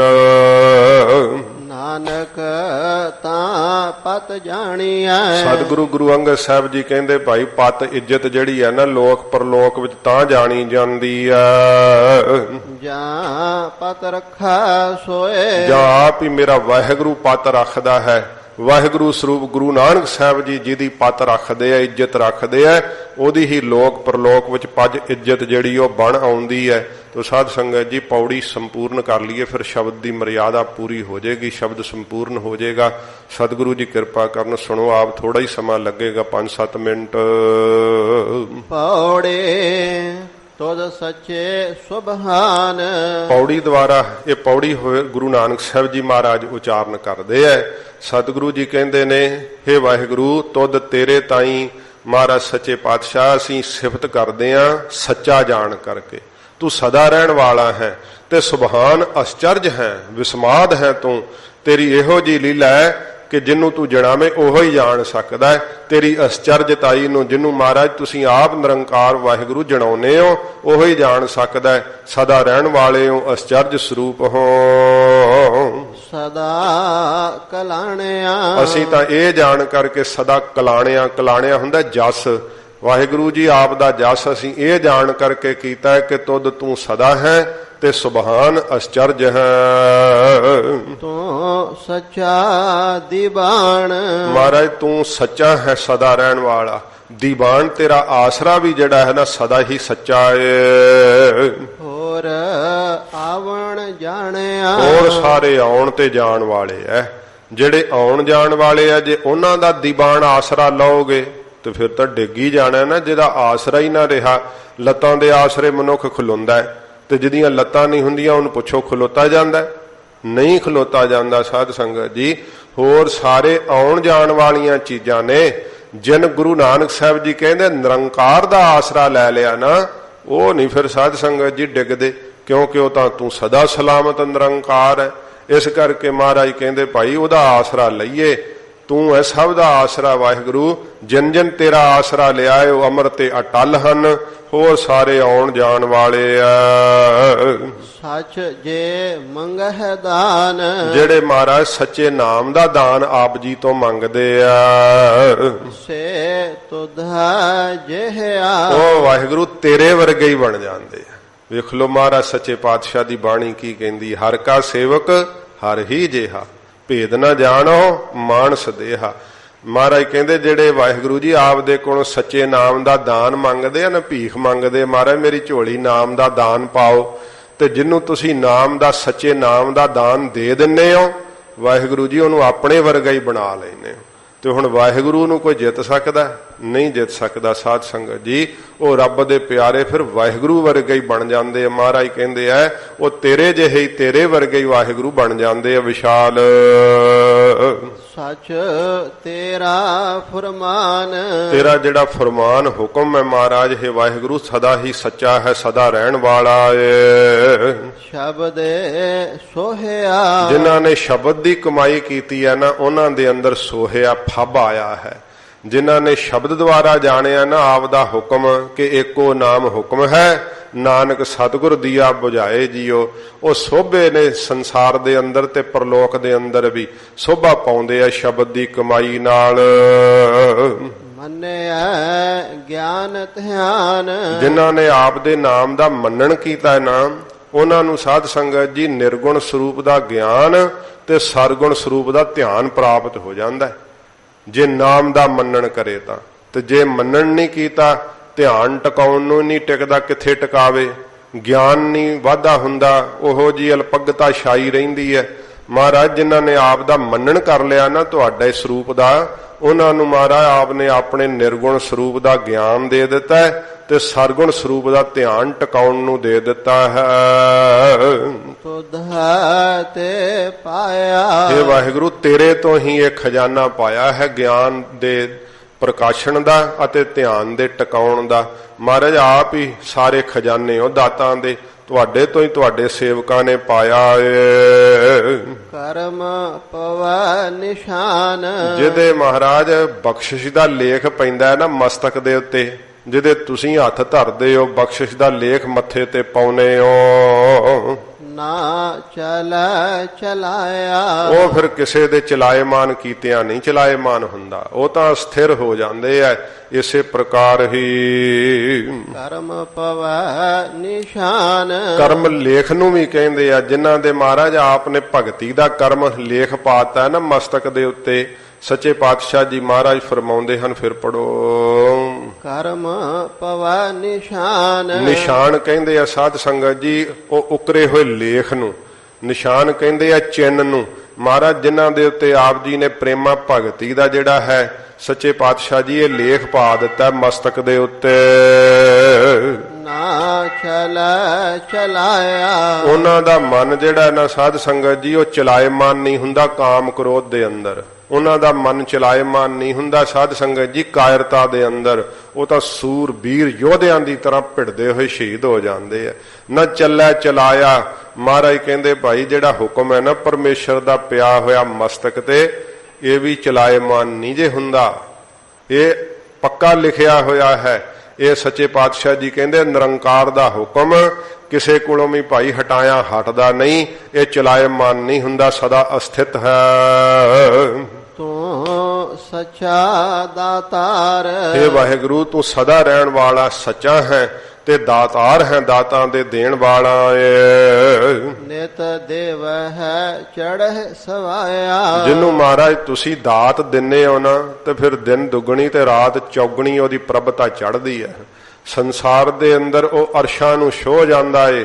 ਮਹਾਰਾਜ ਜਿਹਨੂੰ ਤੁਸੀਂ ਦਾਤ ਦਿੰਨੇ ਹੋ ਨਾ ਸਵਾਇਆ ਹੁੰਦਾ ਹੈ ਖੁੱਲਾ ਗੱਫਾ। ਜਦੋਂ ਆਪਣੇ ਤੇ ਕਹਿੰਦੇ ਆ ਨਾ ਕਈ ਵਾਰੀ ਨਾਲੇ ਹੱਥ ਥੋੜਾ ਕਰ ਦਿੰਦੇ ਚੁਟਕੀ ਇੱਕ ਸਵਾਇਆ, ਉਹ ਸਮਝਦੇ ਥੋੜਾ, ਪਰ ਨਿਹੰਗ ਸਿੰਘਾਂ ਨੂੰ ਕਿਤੇ ਸਵਾਇਆ ਕਹਿਤਾ ਤੇ ਉਹਨਾਂ ਨੇ ਖੁੱਲਾ ਗੱਫਾ ਛੱਡ ਦੇਣਾ। ਫਿਰ ਉਹਨਾਂ ਨੂੰ ਪਤਾ ਸਵਾਇਆ ਦਾ ਅਰਥ ਹੁੰਦਾ ਜ਼ਿਆਦਾ। ਤੇ ਇਹ ਸਾਧ ਸੰਗਤ ਜੀ ਮਹਾਰਾਜ ਸੱਚੇ ਪਾਤਸ਼ਾਹ ਜੀ ਦੀ ਬਾਣੀ ਚੋਂ ਬੋਲੇ ਆ ਖਾਲਸੇ ਦੇ। ਸਤਿਗੁਰੂ ਜੀ ਕਹਿੰਦੇ ਭਾਈ ਉਹਦਾ ਪ੍ਰਤਾਪ ਫਿਰ ਦਿਨ ਦੂਣਾ ਤੇ ਰਾਜ ਚੌਗਣਾ ਚੜ੍ਹਦਾ ਹੈ, ਜਿਹਦੇ ਉੱਤੇ ਨਿਰੰਕਾਰ ਆਪ ਦਾਤ ਕਰਦੇ ਆ। ਵਾਹਿਗੁਰੂ ਆਪ ਜਿਹਦੀ ਬਖਸ਼ਿਸ਼ ਜਿਹਦੇ ਤੇ ਕਰਦੇ ਆ ਤੇ ਜਿਹਦੇ ਪ੍ਰਤਾਪ ਨੂੰ ਫਿਰ ਗੁਰੂ ਗੋਬਿੰਦ ਸਿੰਘ ਸਾਹਿਬ ਜੀ ਵਧਾਉਂਦੇ ਆ, ਉਹਨੂੰ ਕੌਣ ਘਟਾ ਸਕਦਾ? ਜਿਹਦੇ ਸਿਰ ਤੇ ਹੱਥ ਬਾਜਾਂ ਵਾਲੇ ਸਤਿਗੁਰੂ ਧਰ ਦਿੰਦੇ ਆ, ਉਹਨੂੰ ਸਾਧ ਸੰਗਤ ਜੀ ਕੌਣ ਨੁਕਸਾਨ ਸਕਦਾ ਹੈ? ਇਹ ਰੱਬੀ ਤਾਕਤ ਹੈ। ਗੁਰੂ ਨਾਨਕ ਸਾਹਿਬ ਜੀ ਦੀ ਬਾਣੀ ਕਹਿੰਦੀ ਹੈ ਕਿ ਭਾਈ ਉਹਦਾ ਤਾਂ ਫਿਰ ਪ੍ਰਤਾਪ ਜਿਹੜਾ ਹੈ ਦਿਨ ਦੁੱਗਣਾ ਤੇ ਰਾਤ ਚੌਗਣਾ ਸਵਾਇਆ ਹੀ ਵੱਧਦਾ ਛਾ ਜਾਂਦਾ ਏ। ਨਾਨਕ ਮੰਗੈ ਦਾਨ, ਧੰਨ ਗੁਰੂ ਨਾਨਕ ਸਾਹਿਬ ਜੀ ਮਹਾਰਾਜ ਪੌੜੀ ਦੀ ਸਮਾਪਤੀ ਕਰਦੇ ਹੋਏ ਹਜੂਰ ਕਹਿੰਦੇ ਨੇ, ਹੇ ਨਿਰੰਕਾਰ, ਹੇ ਵਾਹਿਗੁਰੂ, ਅਸੀਂ ਆਪ ਜੀ ਤੋਂ ਪ੍ਰੇਮਾ ਭਗਤੀ ਦਾ ਦਾਨ ਮੰਗਦੇ ਹਾਂ। ਮਹਾਰਾਜ ਸਾਨੂੰ ਜਾਚ ਦੱਸਦੇ ਹੈ ਕਿ ਦੋਵੇਂ ਹੱਥ ਜੋੜ ਕੇ ਵਾਹਿਗੁਰੂ ਜੀ ਦੇ ਕੋਲੋਂ ਇਹ ਦਾਤ ਮੰਗੀਏ ਤੇ ਫਿਰ ਅਸੀਂ ਵੀ ਅਸਥਿਤ ਹੋ ਜਾਵਾਂਗੇ। ਮਹਾਰਾਜ ਸਾਨੂੰ ਵੀ ਇਹ ਬਖਸ਼ਿਸ਼ਾਂ ਕਰ ਦੇਣਗੇ। ਹਜੂਰ ਕਹਿੰਦੇ ਹੈ ਕਿ ਹੱਥ ਜੋੜ ਕੇ ਵਾਹਿਗੁਰੂ ਅਸੀਂ ਆਪ ਜੀ ਦੇ ਕੋਲ ਭਗਤੀ ਦਾ ਪ੍ਰੇਮਾ ਭਗਤੀ ਦਾ ਦਾਨ ਮੰਗਦੇ ਆਂ। ਜੋ ਤੁਧ ਭਾਇਆ, ਜੋ ਆਪ ਜੀ ਨੂੰ ਭਾਉਂਦਾ ਹੈ ਪ੍ਰੇਮਾ ਭਗਤੀ ਦਾ ਦਾਨ, ਵਾਹਿਗੁਰੂ ਜੀ ਨੂੰ ਵੀ ਨਾਮ ਚੰਗਾ ਲੱਗਦਾ ਹੈ। ਇਸ ਕਰਕੇ ਮਹਾਰਾਜ ਕਹਿੰਦੇ ਹੈ ਕਿ ਜੋ ਤੁਧ ਭਾਇਆ, ਮਹਾਰਾਜ ਜੋ ਆਪ ਨੂੰ ਭਾਉਂਦਾ ਹੈ ਨਾ ਨਾਮ ਪ੍ਰੇਮਾ ਭਗਤੀ ਦਾ ਖਜ਼ਾਨਾ, ਉਹ ਮਹਾਰਾਜ ਅਸੀਂ ਆਪ ਦੇ ਕੋਲੋਂ ਮੰਗਦੇ ਹਾਂ। ਸਾਨੂੰ ਕਿਰਪਾ ਕਰਕੇ ਪ੍ਰੇਮਾ ਭਗਤੀ ਦੀ ਦਾਤ ਦਿਓ। ਇਹ ਸੱਚੇ ਪਾਤਸ਼ਾਹ ਜੀ ਮਹਾਰਾਜ ਬਖਸ਼ਿਸ਼ ਕੀਤੀ ਹੈ। ਹਜੂਰ ਰਹਿਮਤ ਕਰਨ, ਸਤਿਗੁਰੂ ਦਾ ਅੰਮ੍ਰਿਤ ਉਪਦੇਸ਼ ਹਿਰਦੇ ਚ ਵਸੇ, ਹੋਈਆਂ ਬੇਅੰਤ ਭੁੱਲਾਂ ਦੀ ਮਾਫੀ ਬਖਸ਼ਣੀ, ਅੱਗੇ ਵਾਸਤੇ ਸਮਤ ਬਖਸ਼ਣੀ ਜੀ। ਤੂੰ ਸੱਚਾ ਦਾਤਾਰ, ਨਿਤ ਦੇਵ ਹੈ ਚੜ੍ਹ ਸਵਾਇਆ, ਨਾਨਕ ਮੰਗੈ ਦਾਨ, ਜੋ ਤੁਧ ਭਾਇਆ। ਵਾਹਿਗੁਰੂ ਜੀ ਕਾ ਖਾਲਸਾ, ਵਾਹਿਗੁਰੂ ਜੀ ਕੀ ਫਤਿਹ। ਏ ਅਚੁੱਤ ਹੈ ਪਾਰ ਬ੍ਰਹਮ ਅਬਿਨਾਸ਼ੀ।